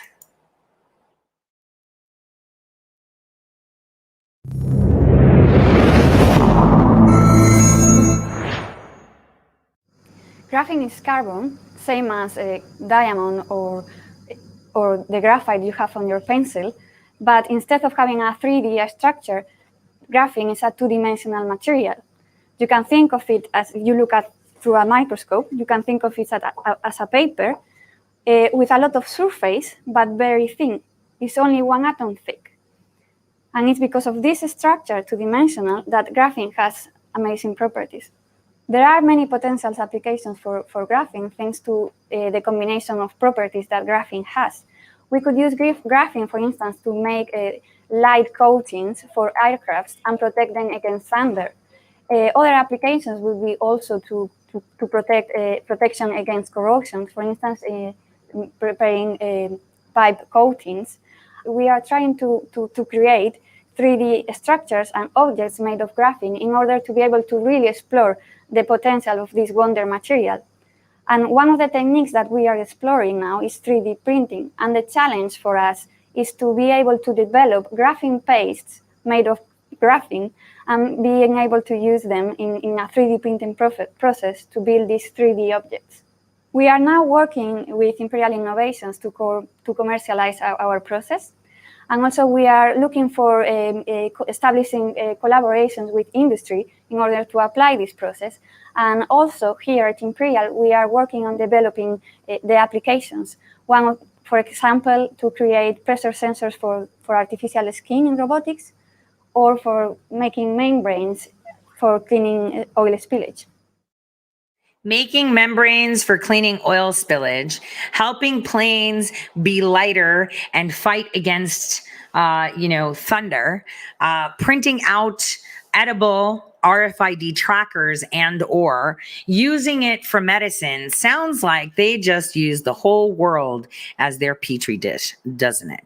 I mean, we did do that whole Kodak ventilator thing. And the reason that I did it, even though it is not exactly what is, it is a very good introduction for you to be able to digest what it is that is here, has been, will be. This is the the whole shebang. So while people are freaking out about all of these things, about graphene, your emotions affect your health and general state of well-being. It is all about resonating on frequency. So while many panic and they catch up a year and a half later, right? You need to know that if you knew about this a year and a half later and they're all panicking now, there's only two reasons. One, they can't hide it anymore, right? Because people found out. And two, nothing can stop what's coming. And if that is happening, if nothing can stop what's coming, and they can't even keep the lid on it anymore, but you were told about it way in advance, doesn't that mean that there's some mitigation? So you have to reinforce that feeling instead of creating this circuit of negative experience. Because like I've said, it is very important. Last year, I said it around this time, that the most important thing you have to do coming up to the elections and after is to trust your gut, to find that still within you to trust your gut. And this is why I've come in with a sledgehammer against those that have been deceiving the public, providing them information that doesn't exist, making them look crazy as shit with red string, digital red string. They fucked up and they deserve to be hung by their toes. And this is how it is. Well, a lot of people say it's just arrogance because no. You need to stop looking down for someone to give you the answers and start looking up. Look up. It is very important that you understand how all of this works. But again, if graphene resonates with frequency and it can reflect light frequencies, it can absorb, it can transmit, it can change, it can mimic, then what you need to do is make sure that you're resonating in the right place. All of these people spurring out of nowhere, calling themselves Trump cards, calling themselves this and that they're important. How many people were tasked to actually, without knowing, to actually just conceal the truth? If you ever use a cymoscope, you can actually see distortions in frequency. For those of you that are scientists, and I know I have many around the world that listen to this, if you have a cymoscope, I hope that you are able to use the cymatics applied and see the frequencies of those that speak as investigative journalists somewhere else, and use that scope with me. There's going to be a very distinct difference in frequency. Why? Truth resonates on another frequency too. So does anger. This is why we scream. So does our cadence.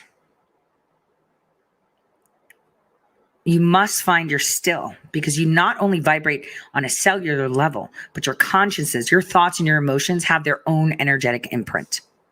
It is 100% fact.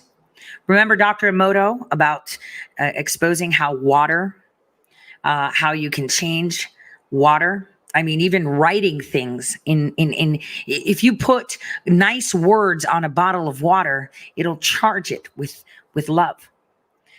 If you can see that, and you have seen it, I urge you to look at his experiments. You will understand it.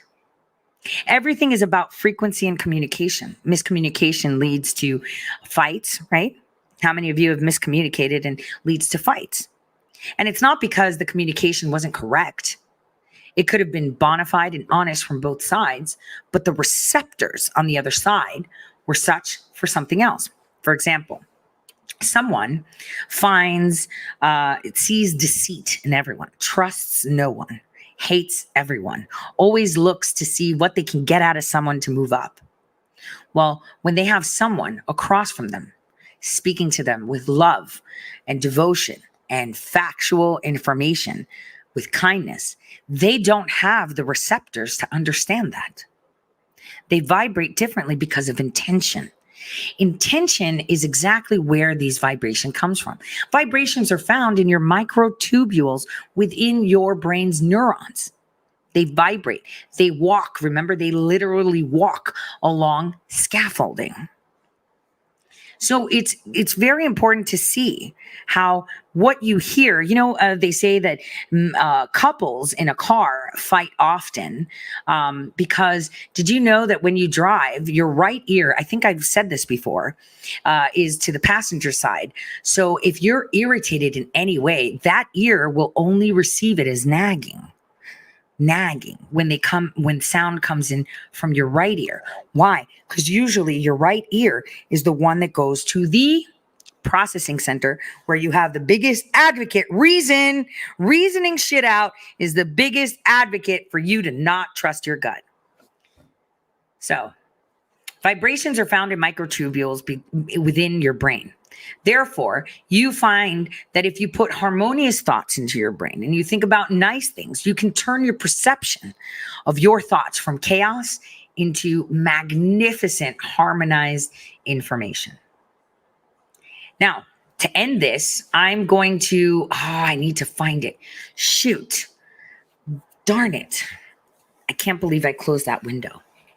There's a new video that Gwen Stefani put out. Okay? This is how in your face they are. Brand new music video. Remember, she's like 50 something years old. But I want you to pay attention how they're telling you everything you need to know from that video only. You don't even need to listen to the song. You just need to watch and look at the words. I'm just saying, they're all telling you who they are. How do I say this? It's so complex, and I try to zoom out while I zoom in, assuming that everyone understands what I'm saying. And that's one of my biggest hindrances, because I know the potential of every single person out there to understand everything. And I sometimes forget that I have to step back and put it in another place. You all know that mainstream media is used as a tool. Advertisements, marketing, they're all influence tools. So are movies and music. Well, what if I told you a movie told you everything you need to know about the Clinton Foundation? I'm just saying, what if I told you their ideas? Did you know, thank you, John, that there was a time where actually Hillary took a stab at Barack Hussein Obama and he got pissed? Because like I said, these are titans fighting. These are titans fighting. And boy, oh boy, they're going right back to Tartarus as fast as possible. But you have to be patient. I urge you to watch that video and understand that music... Who was it that did it? It was the fifth harmonic was found by Baroque music, right? Baroque was one of the most healing harmonic arrangements ever. It's expansive, it creates a steady rhythm, and people through the use of Baroque music, B-R-O-Q-U-E, it's toning a single vowel through the use of a gong or a Himalayan bowl. You'll see, right? You'll see the difference in how it resonates. This is why I use specific music, not only for the frequency of the sound, but also for the verbiage that comes with it. Obviously, a lot more trolly lately, but okay. This is how you get your subconscious and your unconscious mind resonating on the same frequency. And this is why we have things called like unresolved issues, where we get triggered by things, is because they're not in sync, and that's for a reason. Could you imagine if you were in sync? You would be unstoppable. This is why it's important that an unstoppable America is only one that is united, that can resonate on the same frequency. Now, once again, what we are about to go through as a nation is not going to be easy. It's going to be very, very hard. I found the clip of them pretty much spelling that out. Where did it go? I know I had it. Oh my gosh. Hold on. Let me see. There it is. I'm going to play this for you just so that you can see where we're at and how this is going to go. Just like I told you last year, some people need a boot on their face to understand the gravity of the situation. While they're ha-haing and oohing with red string, they're distracting you from focusing. take a listen to this. Door outreach Here we to go. get in more healthcare settings and respond to hotspots. The president will outline 5 areas his team is focused on to get more Americans vaccinated. 1, targeted community by community door-to-door outreach to get remaining Americans vaccinated by ensuring they have the information they need on how both safe and accessible the vaccine is. 2, a renewed emphasis on getting the vaccines to more primary care doctors and physicians, something that we've seen in more healthcare settings and respond to hotspots. The president will outline 5 areas his team is focused on to get more Americans vaccinated. I repeat. 1, targeted community by community door-to-door outreach to get remaining Americans vaccinated by ensuring they have the information they need on how both safe and accessible the vaccine is. 2, a renewed emphasis on getting the vaccines to more primary care doctors and physicians, something that we've seen in more healthcare settings and respond to hotspots. The president will outline 5 areas his team is focused on to get. So let me ask you a question. Did I tell you how I came into proximity to recently vaccinated people and the feeling, like how I felt after that? Did I tell you guys? Let me check the chat. I just want to make sure I'm not double backing and stating again. Okay. So if I haven't, here it is. I was in contact with people that were recently getting their second vaccination.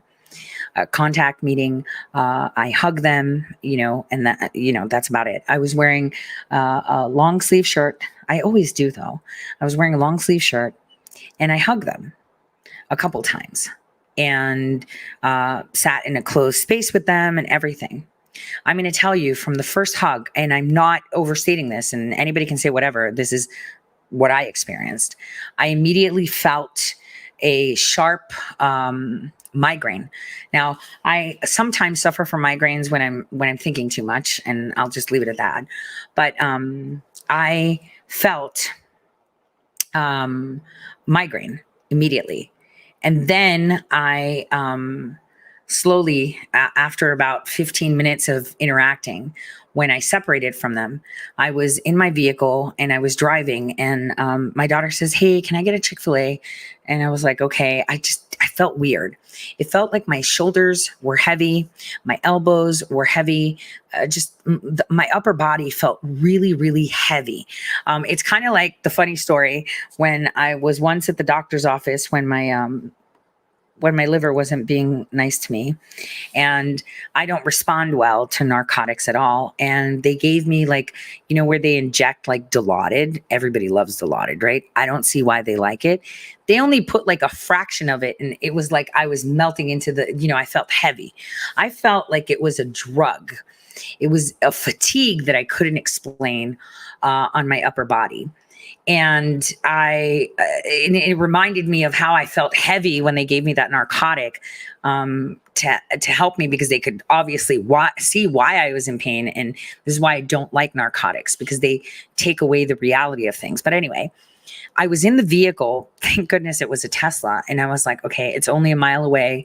I can put it on auto drive. It may be just that I'm tired. But by the time I got to the Chick-fil-A place, I said, we're not going to go through the drive-thru. I want to go inside and, wash my hands and my neck and my face. It was down to my finger. Like even my index finger felt like it was tired and heavy. It was a really weird response. But the minute I washed my hands and my neck, I looked like I was crazy, right? The exposed areas and my face, I felt a little bit better. And then when I went to the Chick-fil-A to order, I got myself a chicken sandwich. I used their hand sanitizer, and I actually put hand sanitizer on my neck and face. They probably thought, oh, she's just paranoid about COVID, right? But I felt instantly better, which means that there was something where it actually shut down your bodily processes to fight it. Instantly, I felt better. Headache went away, limpness went away. So it had to do with whatever was emanating from them.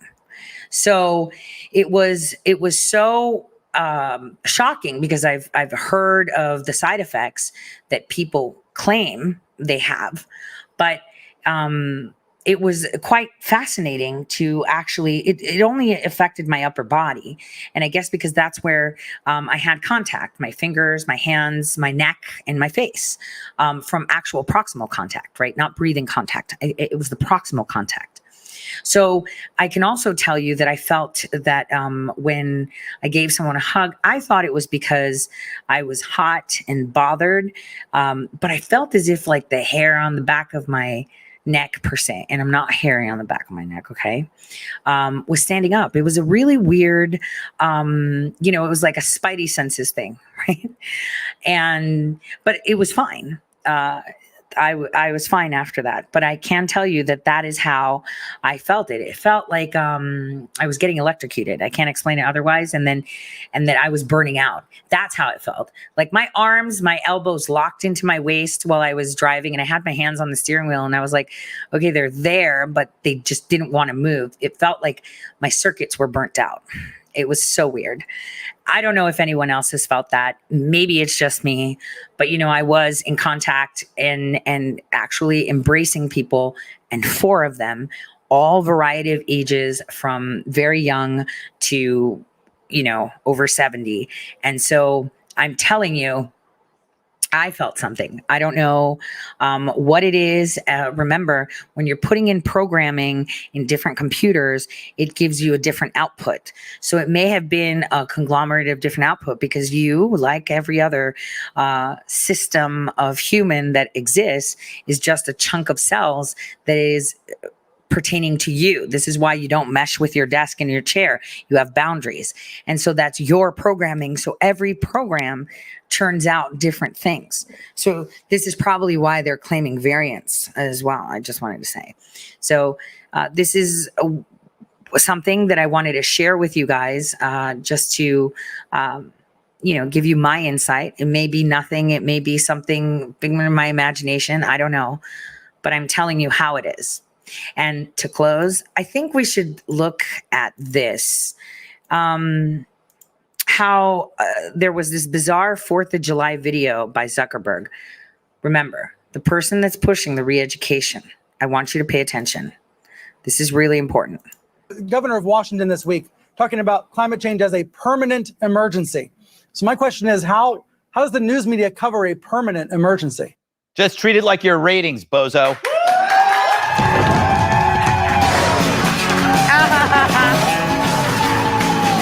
Didn't I tell you that they were going to do the whole emergency climate? Damn, John Kerry. So excited. Well. I hope you enjoyed your 4th of July. I know Kat did. Oh my gosh, that's so good. She's fine. I mean, it's Kat, but... Now, the 4th, as you know, celebrates our independence from some toothless weirdos. It's quite an accomplishment to trounce an empire. So 250 years later, we can listen to this. Are you proud to be an American? No. I feel embarrassed to be an American every day. I think a lot of things about this country are really embarrassing.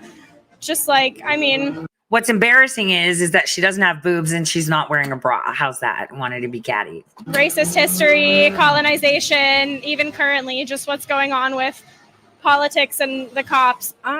Not really in this climate. No, I'm a Black person. So obviously I experience a lot of... oh my gosh, here we go, victim card.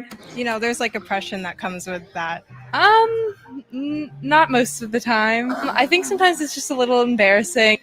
I think that's a complicated question for me. I think I think most of the time, no, at least over the past 4 years, it's been tricky to, love to be an American. Halfsies on that.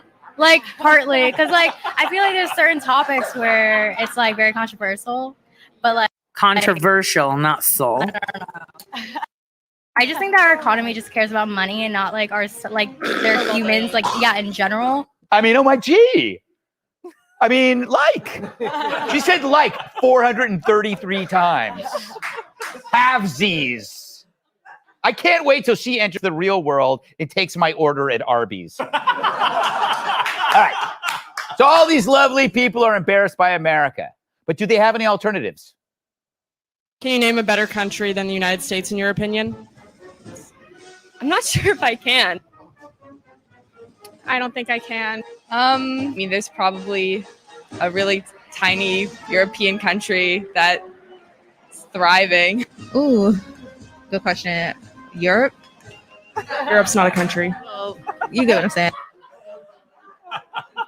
Maybe the British are better off without us. I mean, their food still sucks, but at least they like their country. And I know surveys like this are like shooting really stupid fish in a tiny, tiny barrel. College is where good grades don't matter as long as you get a hammer and sickle tattoo on your butt. Still there. But hey, they're just dumb kids, right? We can forgive them. But what happens when patriotism is now considered offensive by our very own leaders? This weekend, idiots from Maxine Waters to Cori Bush slammed 4th of July as nothing more than a celebration of racism. I could read you their tweets. Dude, Maxine Waters, oh my gosh. Like, what is wrong with her face? Seriously. Look how, oh my gosh. Like, who? Whoa. Mr. Cori Bush slammed 4th of July as nothing more than a celebration of racism. I could read you their tweets, but why? Here's this gist from Bush. Quote, the freedom they are referring to is for white people.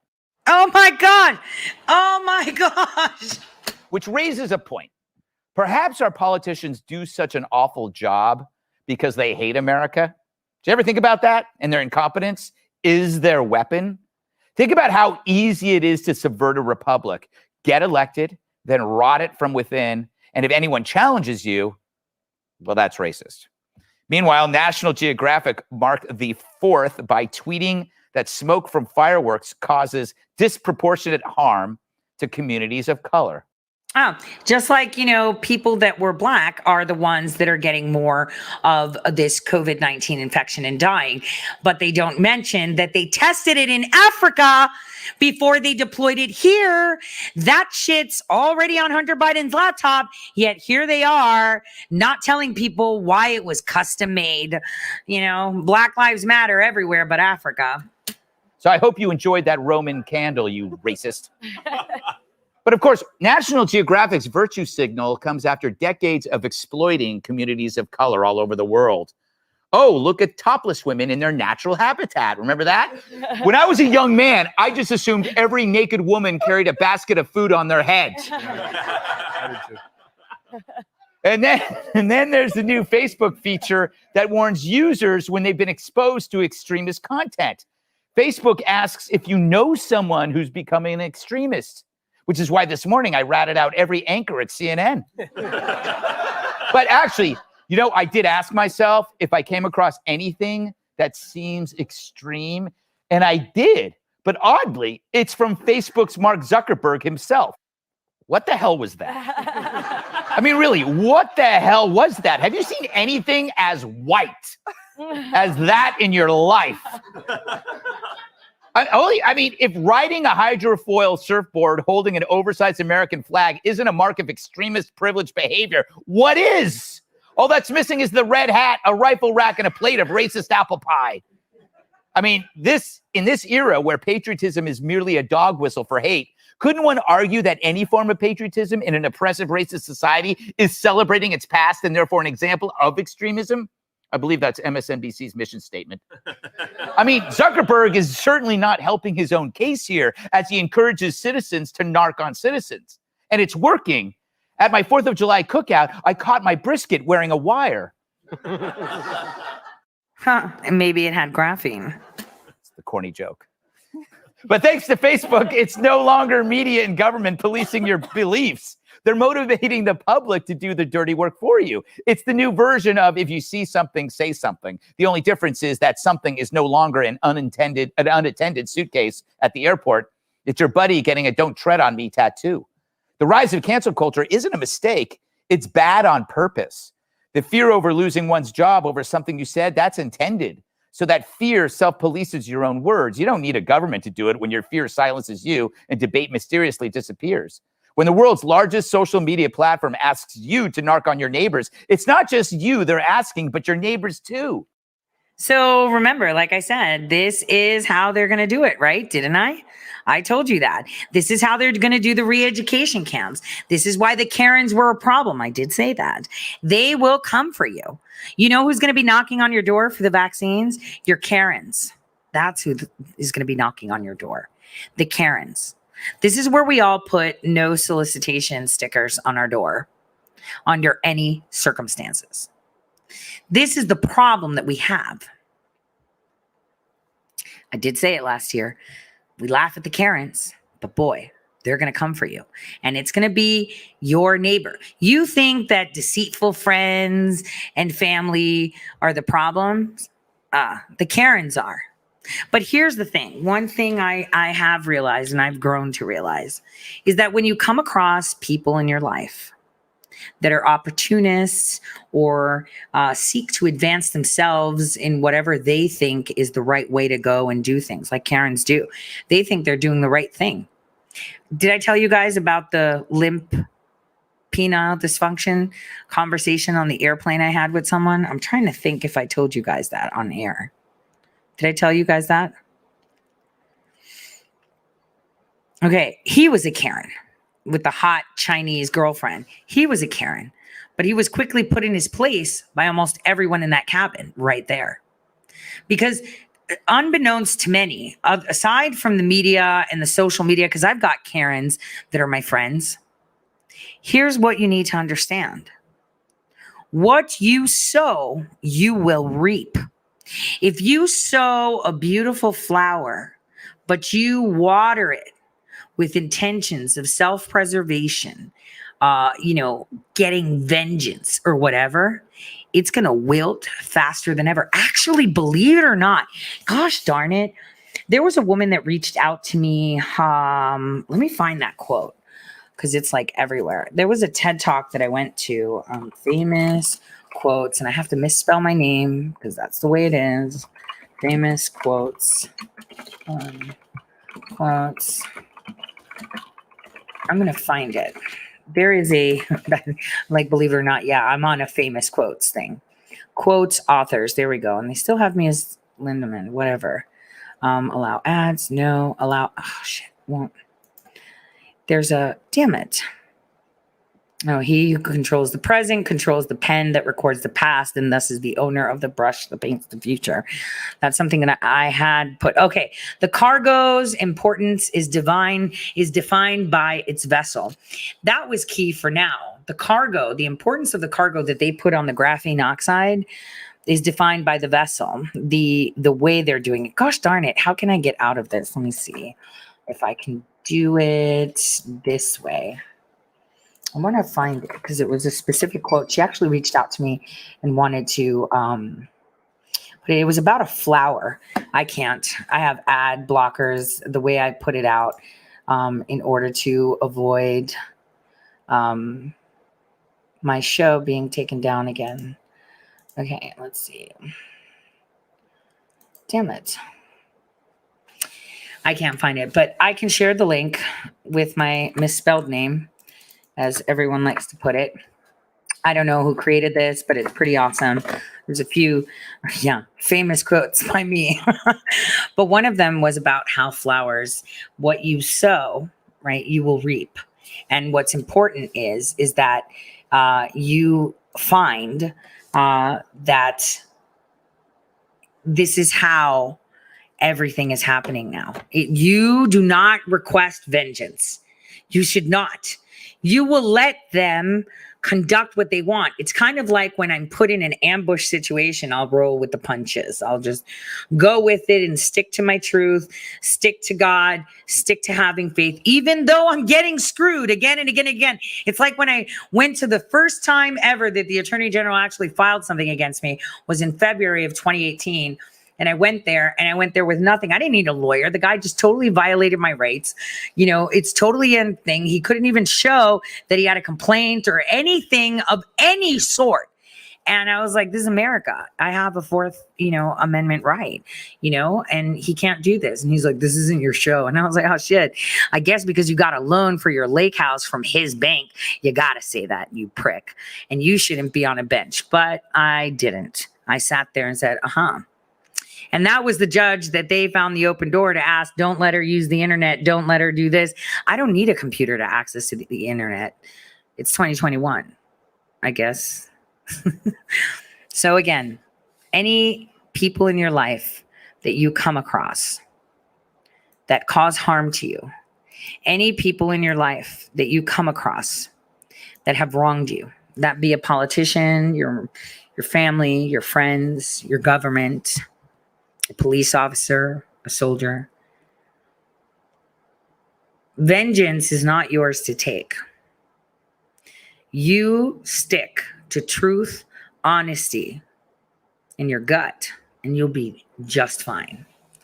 Just keep looking up. And remember, no matter how hard they try, the one thing they can't do is cancel the truth. And again, I'm going to play this song so you can understand. No matter how many Karens come at you, how many of you, like me, walk through hell in open sandals drinking gasoline? Man, that's like one of my favorite bars ever dropped by this man. So I'll see you guys tomorrow. Oh, announcement. My show will be 7:30 to 9:30 every day in the evening. That way my peeps in California can listen, and Hawaii. And I think that's a good time, because it was kind of like in the middle. So I think 7:30 to 9:30 is just fantastic. God bless everyone. I can't be canceled, there's no way that you can stop me. I'm fully independent, there's no label who can drop me. Y'all been starting rumors, let me help you with some. Yeah. He's a racist, he's a sexist, he's in love with Donald Trump. Y'all can't cancel me, my life is scandal free. There ain't no sponsors taking losses, cause the brand is me. My hands are clean, my family and my fans agree. Y'all can't cancel me for facts because you're mad and weak. Go ahead and tell the world I'm ugly and racist. I braid my hair and I don't care about cultural appropriation. I moved to the ghetto, lived in the ghetto, there's no Caucasians. And still I loved every single one of my neighbors. How's a man say I'm clickbait if he gonna use this face to get clicks on his page? Y'all hypocrites are made. But I ain't tripping about these bullies, it ain't 6th grade. Go ahead and diss me trying to sell a couple mixtapes. I'm not afraid, take my face and my name, paste it on the front page. I'm already famous and you'll never change it by hating or claiming you'll take it away. My grind wicked, write my rhymes different. You can try to quantify, define limits as a dying gimmick and denying winning. This is pure fire, this ain't white privilege. I do what I want, get all the Gucci and Louis Vuitton out of my closet, out of my crib. I do not want it, that is for kids. That is for rappers who ask you to produce their beats for free, pretending online like they rich. I am not playing it safe, I said what I said, it is what it is. I don't care if you mad at me, okay? Go ahead and change the channel. Don't waste your time trying to cancel me, okay? They love me cause they know that I'm it. Say what you want, I guess it is what it is. Haters can talk, but they can't cancel the kid. Go ahead and go on, try and say this is it. But I swear to God, you can't cancel the kid. Everybody knows my name, from local folks to global fame. I'm vocal about the social justice movements. I expose the fakes, turn rappers into ghosts and graves. Make no mistake, they bones will break. I'll throw them in the wolf enclosure, slowly turn and close the cage. Acres full of sheep, you know that I'm the only goat. I'm great, they spoke my name to mostly hate. I don't complain, I'm woke, I wait. A total focus soldier, wrote the art of war. Know every page, I'm numb to all the dumbness. Smoke tobacco laced with Novocaine. I won't behave, I stoke the flames. I'll choke their throats with golden chains. Use vocal cords as skipping ropes and jump till I am soaked in brains. From open plains to coastal waves to solar rays in open space. Can't find nobody doper unless you poke your veins and snort cocaine. Whoa, y'all can't cancel me. Just get mad that I'm the man until you smash the screen. Like, whoa, I can handle heat. I walk through hell in open sandals drinking gasoline. Yeah, I could have been a star, could have had a mansion and a car and a Grammy album on the charts. I'm a savage, Randy with the bars. I don't rap out Xanax, goddamn it, can't cancel facts. We need answers, championing trash to the masses actually massively damages y'all. Keep trying to cancel me, y'all. I own the masters, so y'all. I make the beats, I write the songs, I own the cameras, y'all. I could have been famous, dumb my music down till it's basic. Get it on the hottest Spotify playlist, modify my catalog and go mainstream, y'all. I don't care if you mad at me, okay? Go ahead and change the channel. Don't waste wasting time trying to cancel me. They love me cause they know that I'm it. Say what you want, I guess it is what it is. Haters can talk, but they can't cancel the kid. Go ahead and go off, try and say this is it. But I swear to God, you can't cancel the kid. I feel like all these rappers lately on a mission. They starting drama, they don't really want no problems, so they talk in whispers. Don't even start, no competition, y'all are finished. They say they feeling froggy, but I bet none of these frogs gon' rib it. They think I'm soft, but I promise y'all that I'm solid like a rock inside a Teflon box and dipped in carbon fiber liquid. I'm not religious, but I walk with Christians. If Jesus died for all my sins, he'd need 1,000,000 crosses tall as buildings. Y'all can't cancel me. I'm a god and you're the devil, stop attacking me. Like, whoa, nails in my hands and feet. Y'all some snakes, I don't need fruit from that apple tree. I ain't doing features or buying beats. I'm a wolf on lie with sheep. I am what I am, and I can't hide my teeth. Way too many rumors, I'm like, who said it? Never met him. If he dissed me, probably about to drop a new record. I do what I want, don't matter if I get approved or not. Y'all ain't gonna cyberbully me or try to push on me until I'm becoming some dude who I'm not. Head full of ludicrous thoughts, producing the songs. My music is truth and you brutally shocked. I'm shooting my shot, I'm Biggie, I'm Shady, I'm new school Pac. Go ahead and call me a piece of garbage, make a starving artist your primary target. I'm the largest monster in the farthest darkness. I'm a closet sharpened, I'm an army sergeant. If people want to hate, then I'm grateful. It's only gonna make what I say less painful. Look at my face, embrace, I'm unstable. I ain't gonna break a shake or feel shameful. I don't care if you mad at me, okay? Go ahead and change the channel. Don't waste your time trying to cancel me. They love me cause they know that I'm it. Say what you want, I guess it is what it is. Haters can talk, but they can't cancel the kid. Go ahead and go off, try and say this is it. Like I swear to God, you can't cancel the kid.